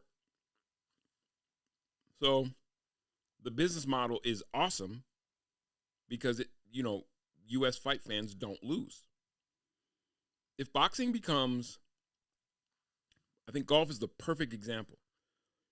People already weren't watching golf. You know what? The last thing golf needed was a fracture from its core base. That's like, what? You're playing what? Live? What? We do the PGA. Okay, now fuck this. There's no Tiger anyway. You don't think that could happen in boxing? You're tripping. Because there's still boxers that can go make their money over in Riyadh season, but it just won't be a U.S. base. And the truth of the matter is that if these guys become not whipping slaves, everybody's getting paid. So if these guys become just solely exported models, I think the UK would still be a market for boxing. I think the profile changes for U.S. boxers tremendously. Because who's going to, which guys are going to be able to... host of top players to their Saudi Pro League with unprecedented salaries. I just think with the money involved, that's why people are going it, obvious, that I think it'd be a real sad day for football if players in their prime were not playing in the biggest league. Yet despite this, the attendance and viewership is abysmal in comparison to the European countries. They've built long-term partnerships with the UFC and the WWE to host numerous events. They're even getting a foothold in the Formula One circuit. And while it usually means the athletes are getting paid more, the history and legacy of their sport usually suffers. On the face of it, the Saudis appear as though their sole aim is to make boxing great, but they have an ulterior motive, one that is entirely selfish. حجم الإنتاج تقريبا ازداد بشكل طفيف جدا، لكن حجم النمو السكاني ازداد بشكل ضخم للغاية، من مليون مليونين 3 مليون نسمة إلى تقريبا 20 مليون سعودي. فأصبح النفط يا دوب يغطي الاحتياجات وطريقة الحياة اللي تعودنا عليها من الستينيات والسبعينيات والثمانينات وطالع. The aim is for the nation to diversify away from its dependence on oil, which currently accounts for over 40% of Saudi Arabia's GDP. Becoming Vegas, like an entertainment capital, but then these guys are like circus animals, and they'll just be there to, you know what I'm saying? Like the purses can be whatever they like. Where else are you going to earn money? A boxer would actually earn less in certain circumstances. That's been part of the problem with the UFC. If there's any problem that the UFC has, is that Dana is not quickly making any of these men rich men. That's why Conor was eager to step away from the sport. Only the highest pro, you know what I mean? Because I pay you what, if this is the only game in town, you're going to pay what I pay. I mean, you're going to make what I pay. And so do I think boxers need to earn hundreds of $1 million or $50 million for a fight? Yeah, if they can get it. Couple mil. You're putting your body on the line.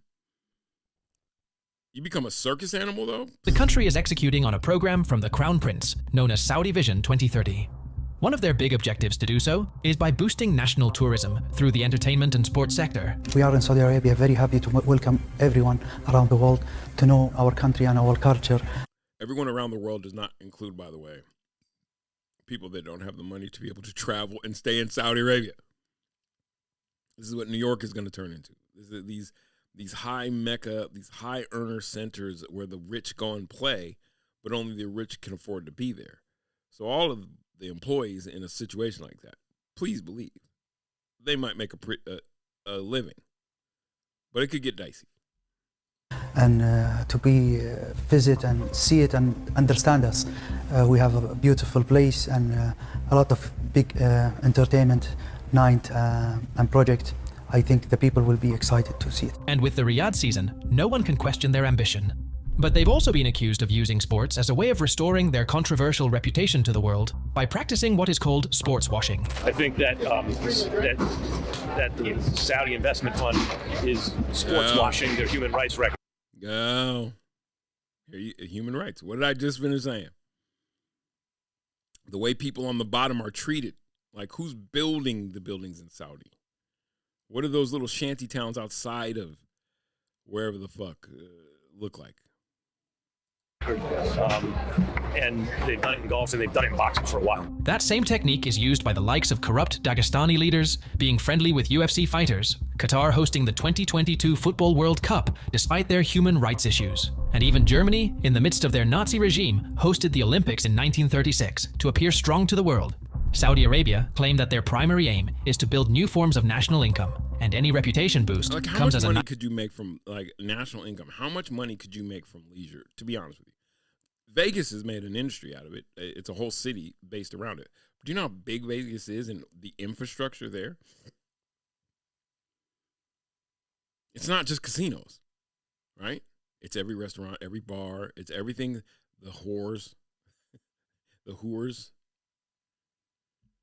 Have you been to Vegas? nice knock on in the day? Most everybody's sleeper at a pool party during the day. Have you ever walked around Vegas? I guess I'm there, yeah. Fact. Well, if sport washing gonna increase my GDP by 1%, and then I will continue doing sport washing. You're okay with that term? I don't care. I have 1% growth of GDP from sport, and I'm aiming for another 1.5%.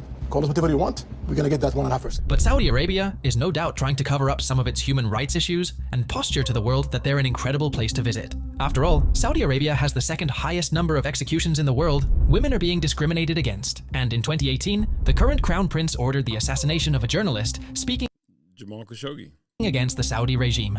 Sports washing is also a legitimate issue, but no amount of money can wash away the stain of the brutal Khashoggi assassination and other human rights. That thing goes deep. I'm going to do a whole stream on that. Jamal Khashoggi, the ties between, just so you know, there are literal familial ties between this story and Ghislaine Maxwell and Jeffrey Epstein. Literal, familial, family ties between this story, Jamal Khashoggi, if you look it up, Ghislaine Maxwell, who is currently in custody, I'm pretty sure, that was Jeffrey Epstein's right-hand woman in procuring young people for the sex slave trade that he was running. And Jeffrey Epstein. Familial ties. Rights abuses. But it would be grossly unfair to expect the PGA Tour to bear the full burden of holding Saudi Arabia accountable. In short, Saudi Arabia remains a country shrouded in controversy, but money talks. Because regardless of the country, let's keep in mind, one of the most infamous days in U.S. history is 9/11. There were 19 hijackers. I'm pretty sure, if I remember correctly, all of them were Saudi. They're our ally, though. So is Israel. They weren't involved or anything. Look up the 5 dancing Israelis. It will blow your mind how many of our allies, for some odd reason, seem to participate in all of our most horrific downfall. Country's human rights issues. Celebrities, sports stars, musicians gladly take their millions to go to Saudi and partake in their sport washing program. And everyone is speaking about it positively because they want a piece of that cash for themselves. And boxing is next. So what does it mean if Saudi Arabia gets the monopoly on boxing they so desperately want? The biggest change is that boxing will go from its current scattered state to a single entity. Which is good, I will say, because I love boxing. That's not a bad thing. Fans, it's great news in many ways. Those marquee fights we all want to see will almost certainly happen. Man, Bivol and Biev, that was a bang session. So he's doing his job. He's doing his numbers. He's doing his stuff. If you saw Bivol and Biev, holy fuck, was that a good fight. No more waiting years for fights to materialize. Another one. Jamal. Instead, the Saudis will throw ungodly amounts of money at it and make sure both parties are well looked after financially. Case in point, Tyson Fury reportedly made over $100 million for his fight with Usyk, which is around 3 times more than he earned for his last bout, without the Saudi backing. But the fact that the majority of landmark events will potentially end up in Riyadh means the regular boxing fan will probably get priced out of going to events live. Some of the recent Saudi boxing events have been heavily criticized for paying superstar celebrities like Cristiano Ronaldo and Conor McGregor to sit front row, then filling the arena with extremely wealthy and important Saudi residents instead of actual boxing fans.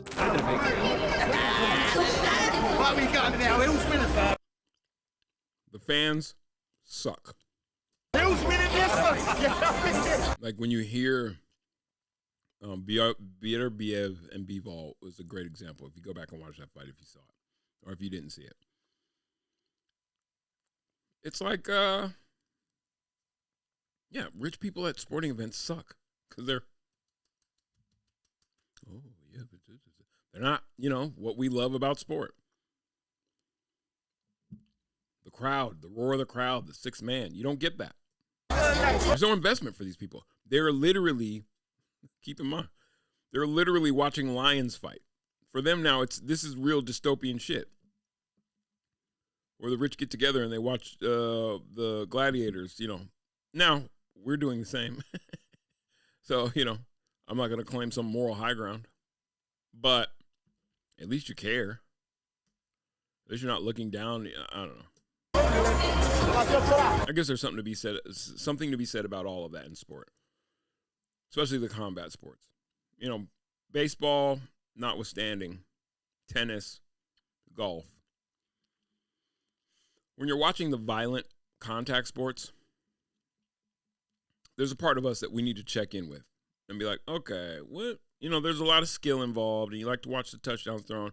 Football's done a better job at trying to protect guys from really getting impaled and just brutalized. Basketball's a contact sport. It's not that bad. Hockey is still, I love hockey, but damn. But boxing especially, the combat sports is like we all get around, and we need to check in with ourselves. I think we need to check in with, like, what is this that I like to watch these two people bash each other's brains in? You know what I mean? Like, that's a conversation to be had. But we're here where we're at.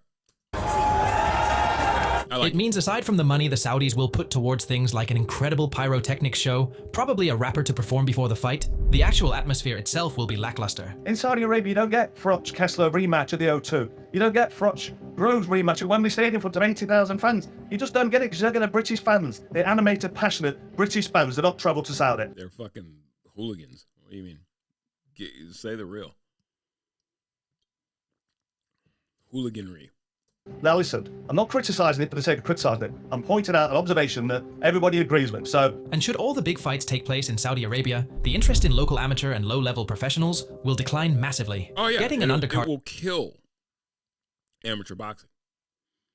You'll only have the purest of the purest, and the whole point of amateur boxing will be to try and raise up a guy who can get into Riyadh season.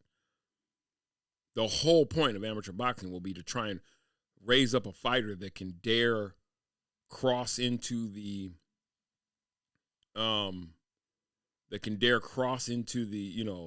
Riyadh season eligibility.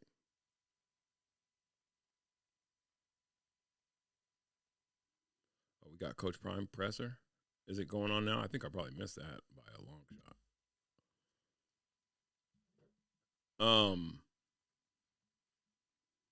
So yeah, now again, it's like find another way to make a living. Go become a plumber, work on your speech skills. Go, yeah.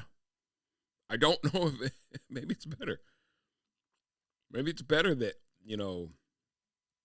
guys not want to make a job out of having their head bashed in. It doesn't sound like a bad byproduct or after effect.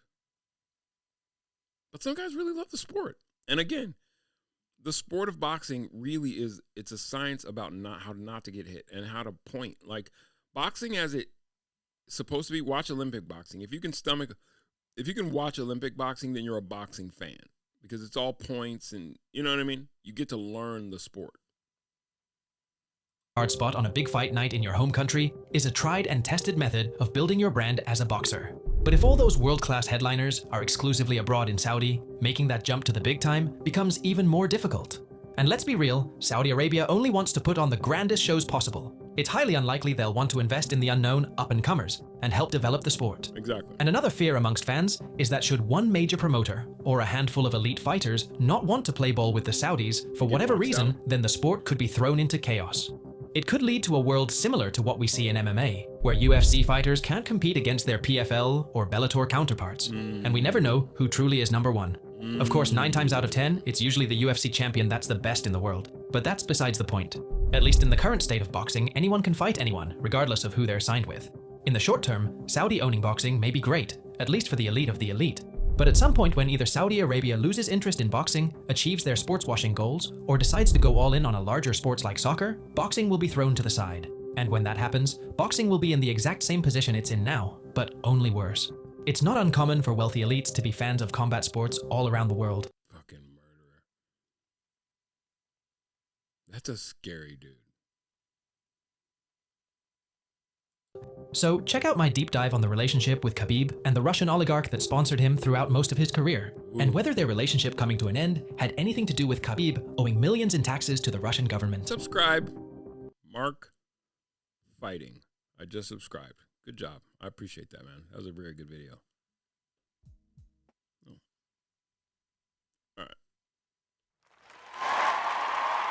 You guys go follow Mark Fighting on YouTube. Pretty easy to find. Mark Fighting. Great video. Like. As a matter of fact, let's share that. Share that. I'm going to share that. Share this if you're not gay. And share that.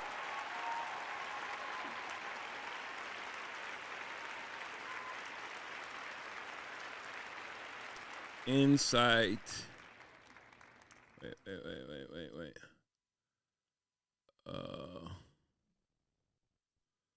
Picture worth 1,000 Jake Paul promotions.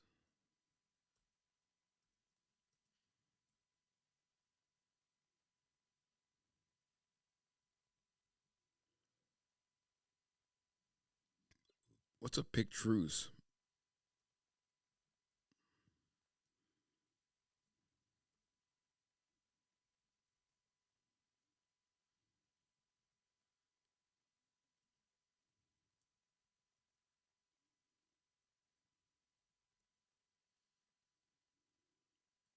Yeah, that's good. That's a good tweet. Good tweet. Okay. So before I finish up and go and watch some night footballs and get ready for John Jones and them, I wanted to point something out since we're talking about dying industries. They're always the last to know. This made it across my desk, and I thought it was extremely irresponsible. Okay. In the wake of what is now not last Tuesday, this last Tuesday, but the Tuesday before's election, and everything that came out of that, and the weeping of gnashing of teeth, and the like me in this Tyson thing, I'm unwilling to admit that Tyson may have been old and past his prime and that he just tuckered out. That's fine. I think there's evidence on my side. I do think there's evidence on my side that I'm right. Beyond the fact that I'm just always right. But yeah, let's see, there's a bit of a denial there. Okay, that's fair. Loss will do that. There's two ways that you can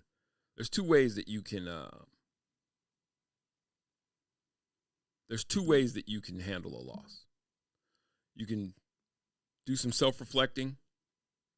You can look inside and say, what did I do? What role did my actions play? What role did my actions play in this loss? Is there anything that I could learn from this? And answer. Because no is not a final answer. We need to have the mentality that no means find another way. I thought no meant no. Isn't that what we've always been taught, that no means no, not find another way? Now, I kind of get her point, which is that, okay, we got denied this time, but now we have to retool. No means try again. And yeah, you shouldn't quit after getting no.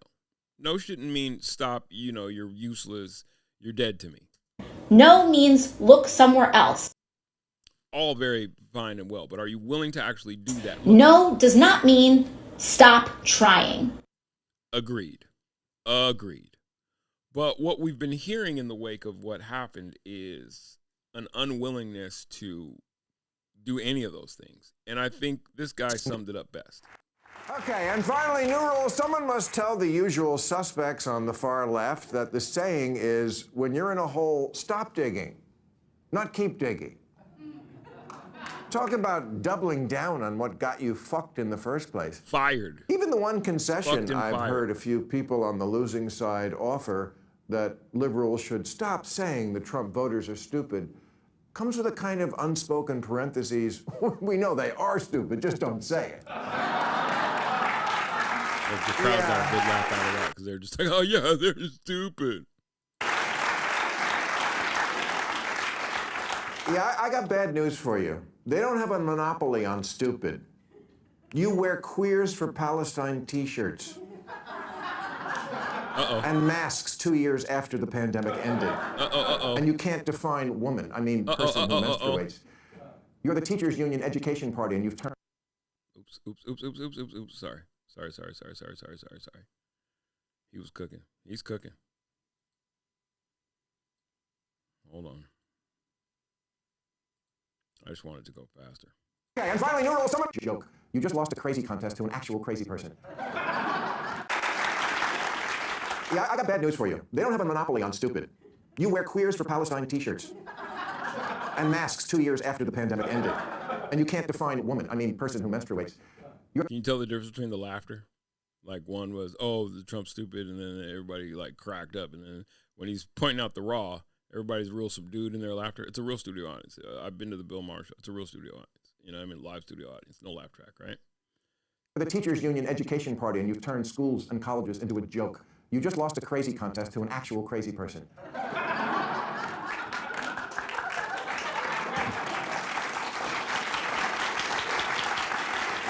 Again, the laughter is real raucous, right? Because it's the one you hate that he took a shot at. When it's a shot at yours, it's just like, when it's a shot at theirs, it's like, ha ha ha ha. You love to speak truth to power, and we always should, but you have completely lost the ability to speak truth to bullshit.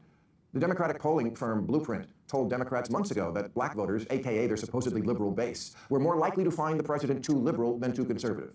They also found that voters didn't just want Harris to distance herself from Biden, they wanted her to distance herself from what they believe the entire Democratic Party has become, a Portlandia sketch.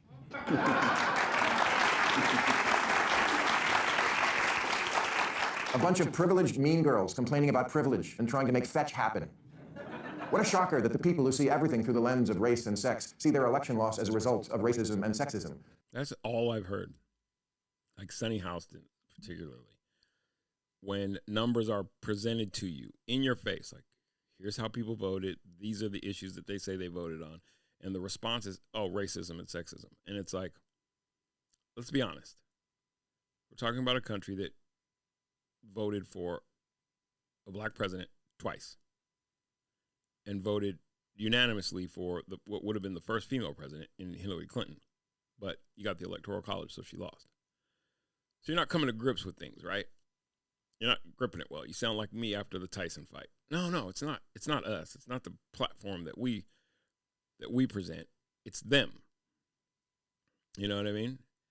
And it doesn't matter how many times we can point out, like, there's something there with this Ukraine thing.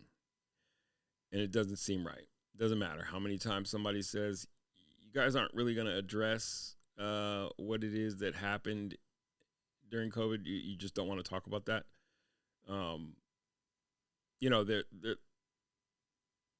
There's just holes that need to be filled, and you want to be trusted again. So you would think that the turnaround would be, well, let's go and address those holes. But it's not. And old habits die hard. Politics is what it is. But I want to show you something real quick. Now, I want you to see what this says. This is from Protect Blank.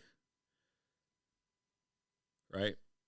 So I'm very much a supporter of left-leaning stuff. And it says, Vivek Ramaswamy supports cutting Social Security for half of Americans. That sounds scary. How? Based on your social security number ends in an even or odd number. Okay, so let's hear what he said. I want to hear him say this. If your social security number ends in an odd number, you're out. If it ends in an even number, you're in. There's a 50% cut right there. Oh, shit. Of those who remain, if your social security number starts in an even number, you're in. And if it starts with an odd number, you're out. Boom. That's a 75% reduction. Then literally stochastically. Okay. If your social security number ends in So that sounds bad. So they're just like, we'll take the evens, you're out of here. And only the odds stay. And then out of that, we take the evens, and then the odds stay.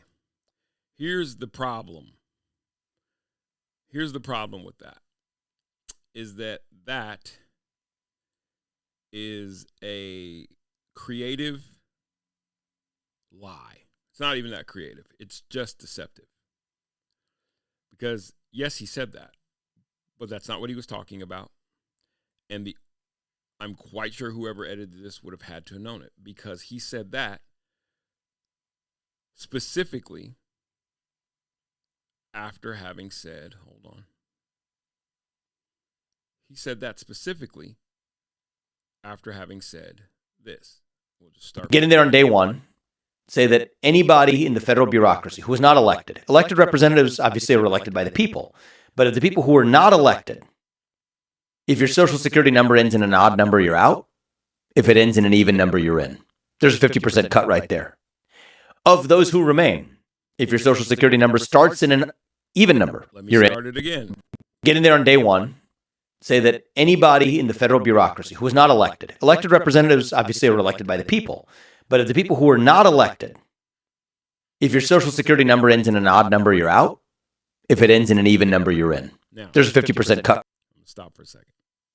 If you've been paying attention, it's because him and the guy with Asperger's have been hired to trim out the fat it's called DOGE. I can't even remember what DOGE stands for, but they're the trim the fat in the federal government budget guys. They're going to look over the federal budget, find overlap and excess, and they're supposed to trim it out. Now, whether you consider, I got family that works in the federal government, so that's concerning, right? Because people will lose real jobs. But there is a question as to, is our government larger than it needs to be in terms of efficiency? Now, whether you like that or not, it's a question worth asking when you have a country that has a $36 trillion budget. And this is very steep territory, very sticky, because people, orange man bad and this fucking siloed world that we live in. I'm a middle guy. The siloed world that we live in, where it's left versus right, doesn't allow space for nuance. So these two have been touted with the job of coming in and cleaning up over excess and whatnot, whatever. And this specific statement that he made was not about people losing Social Security, even though he said Social Security. This was about that process of cleaning up excess. And he's saying, in general, this. I'll let him go. Get in there on day one. Say that anybody in the federal bureaucracy who is not elected representatives obviously are elected by the people, but of the people who are not elected, if your social security number ends in an odd number, you're out. If it ends in an even number, you're in.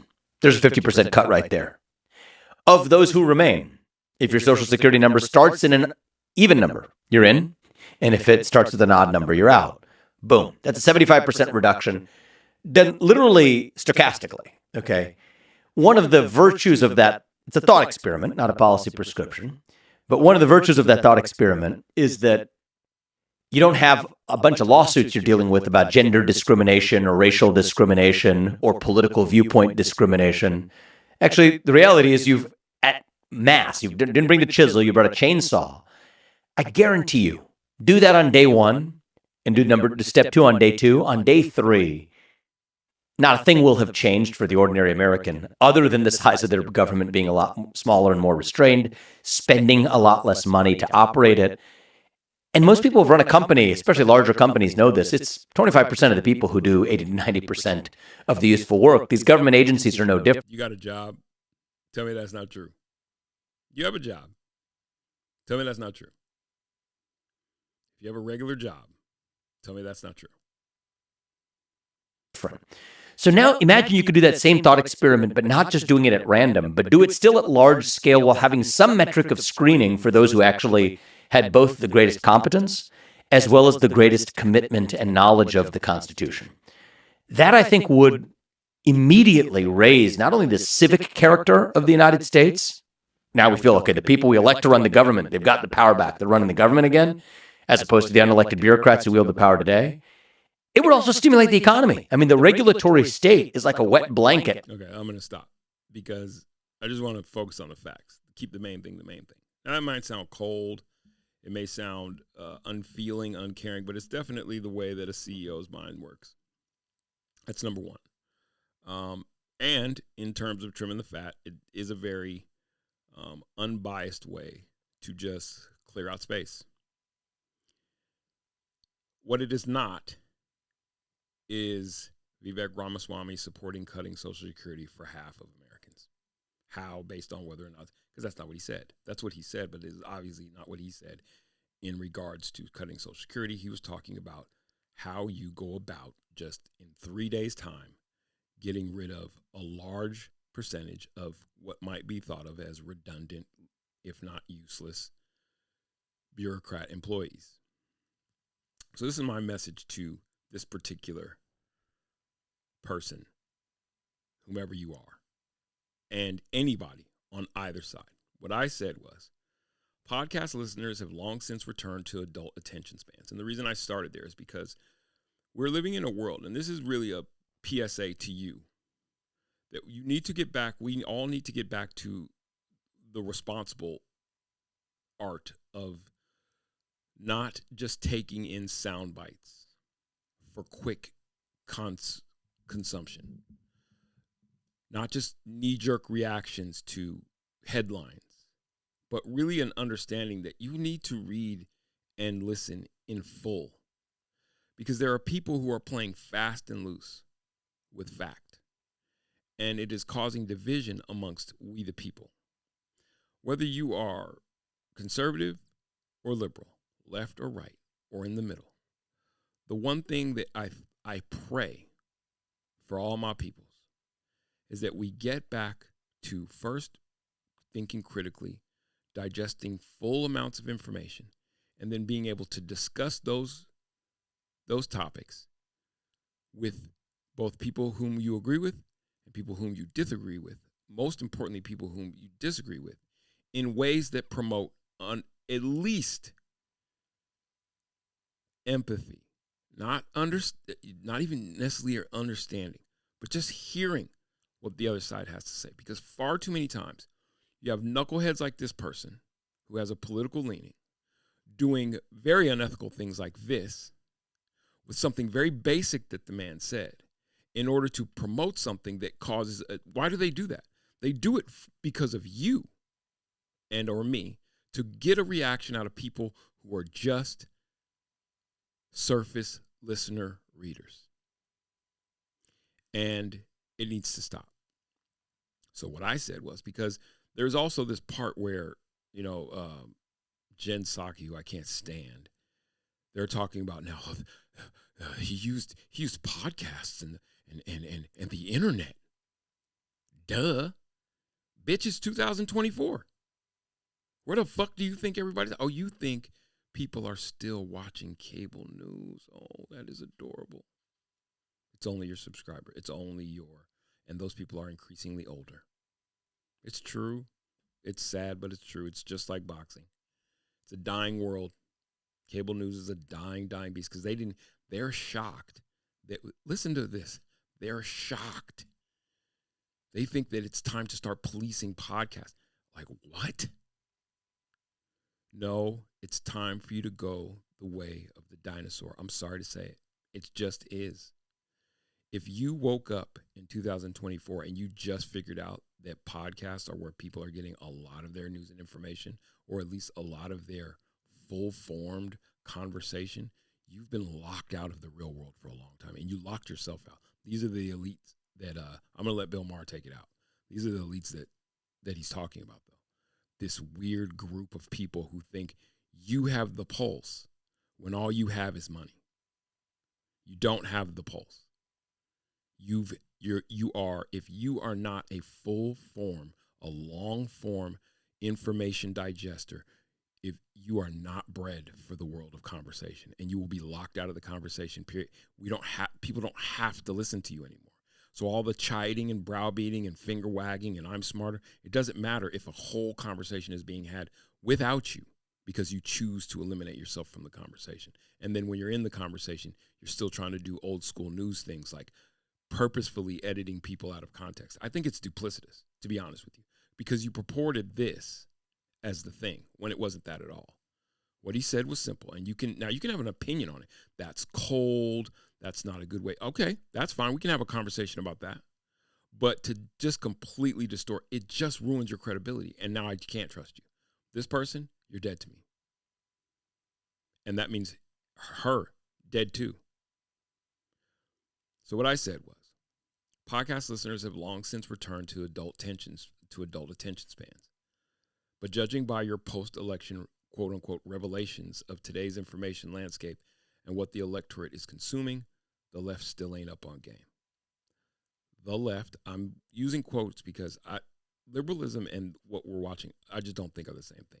I think it's a co-opting in title alone. The left is still playing legacy media games of disingenuously contextual edits, lying to sway perception. Your base might not care or know how to after you did your own research, reading/thinking, COVIDian gaslight shaming campaign. But the rest of us have long since opted to research everything that emerges as news and information. And it's so easy too. It's a Brave browser search away. You are inherently deceptive while laying claim to righteous intent. Like literal wolf in sheep's clothing shit. And I mean that because you want your base to react in a very scared manner to something that if it's bad, you shouldn't have to work so hard to deceive people. That's simple. If what he's saying is so bad, you wouldn't have to work so hard to deceive people. You just put out what he said. But you had to try and flip it in order to do whatever the fuck you think you're doing. And you call that righteousness? You're a wolf in sheep's clothing. And I maintain that. Leading your base, poor and informed saps, down a path of critical thought destruction. But we all have choices. And this is why I'm talking to all of us. It is incumbent upon you, me, all of us. You have a whole internet at your disposal, and I'm telling you, this stuff's not that hard. Can everything be sussed out as fact by doing your own research? No. It takes time. It takes dedication to source. There's a site called Ground News. Ground News is, I think, going to change news collection in general, because what it does is it pulls in every news source on a particular story, and then it through AI, it will tell you this is left leaning. This is the left leaning take. This is the center take. Here's the right leaning, and it gives it all to you. Therefore, you can sit and look and go, and then you can find yourself at a valuable consensus for your own critical thought process, which is going to be paramount in this new world of information. You better develop some critical thinking skills, or you're going to find yourself all types of fucked up, led in every fucking direction that they choose to, if you don't learn how to look, read, and assess what you're hearing. And I think it's important that you start learning to look, read, and assess what you're hearing. Listen and assess what you're hearing. Listen, weigh what you're hearing against other things, and make informed opinions and decisions so that you don't start cutting off yourself from community out of other people. I blame them, but at the end of the day, it's on you. It's on me. I blame people that do this because they understand that it's a soundbite world. Used to be. But there's a whole, listen, do you think Joe Rogan became the most listened to podcaster in the world because people don't listen to long form podcasts? Like, what the fuck? And now many of the legacy media world is just waking up to, wait, people are what? Yeah. You're late. Same way the newspaper industry was to the internet and blogs. You're late. You are late to the party. You're the last person at your own funeral. Your model is dying. It's dead, really. And the race to catch up will only support you if you cut the shit. Speak straight. Fuck speaking truth to the power. Speak truth. It's pretty basic. It doesn't take a rocket scientist or a genius or Jesus. So just state what you're out here trying to get done, man. But you're a dying breed. And it's sad. But it has to happen in order for people to coalesce. The art and the era of splitting the electorate is over. People want to coalesce. People want to come together with one another. They want consensus. Because they're getting fucked from every fucking elitist direction. So what side are you on? Are you with the people or not? You shouldn't be shamed. You have none. You and every political apparatus like you, left, right, or center, should be barred from civic discourse going forward. That is my thought experiment prescription for a constitutional republic, which is what you live in, if we can keep it.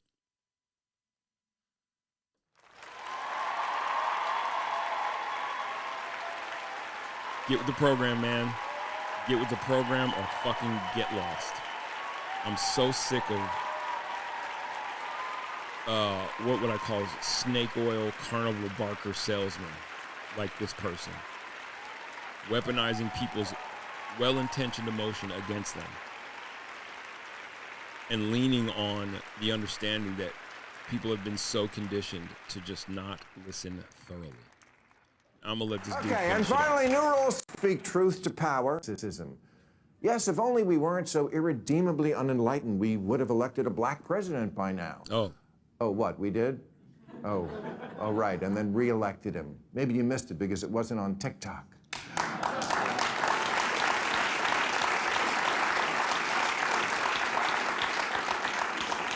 And sexism? Hillary got 3 million more votes than Trump, which in a normal country would be called a victory. 6 years ago. It wasn't...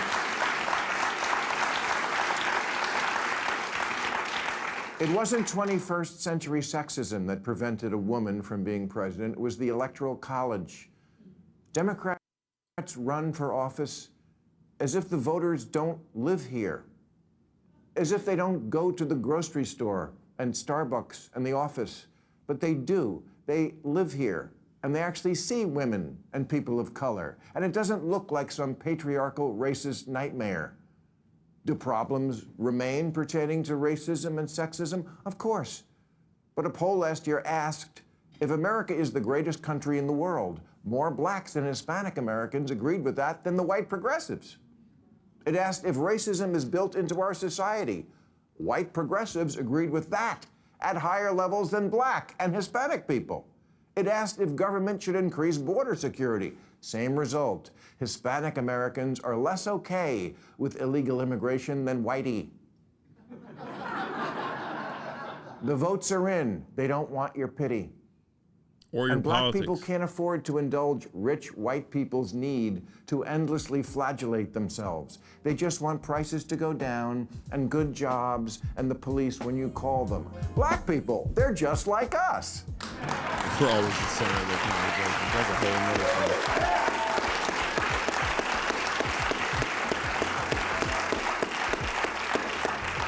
Kamala spent 100 days telling voters, I know it feels like crime and illegal immigration are bad, but fuck your feelings. Look at this chart. Yes, there's a lot to not like already about the new regime, but maybe take 1 week to ask what you did wrong. The basis for Democratic campaigns has become, we're the smart people.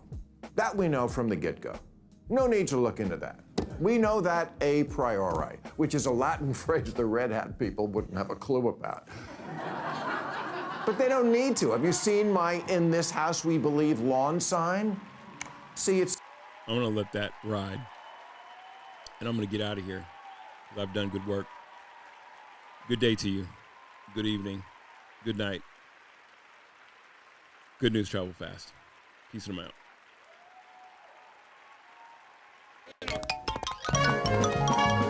And now it's time to play everybody's favorite game. Good news. Jesus Christ, we can't run.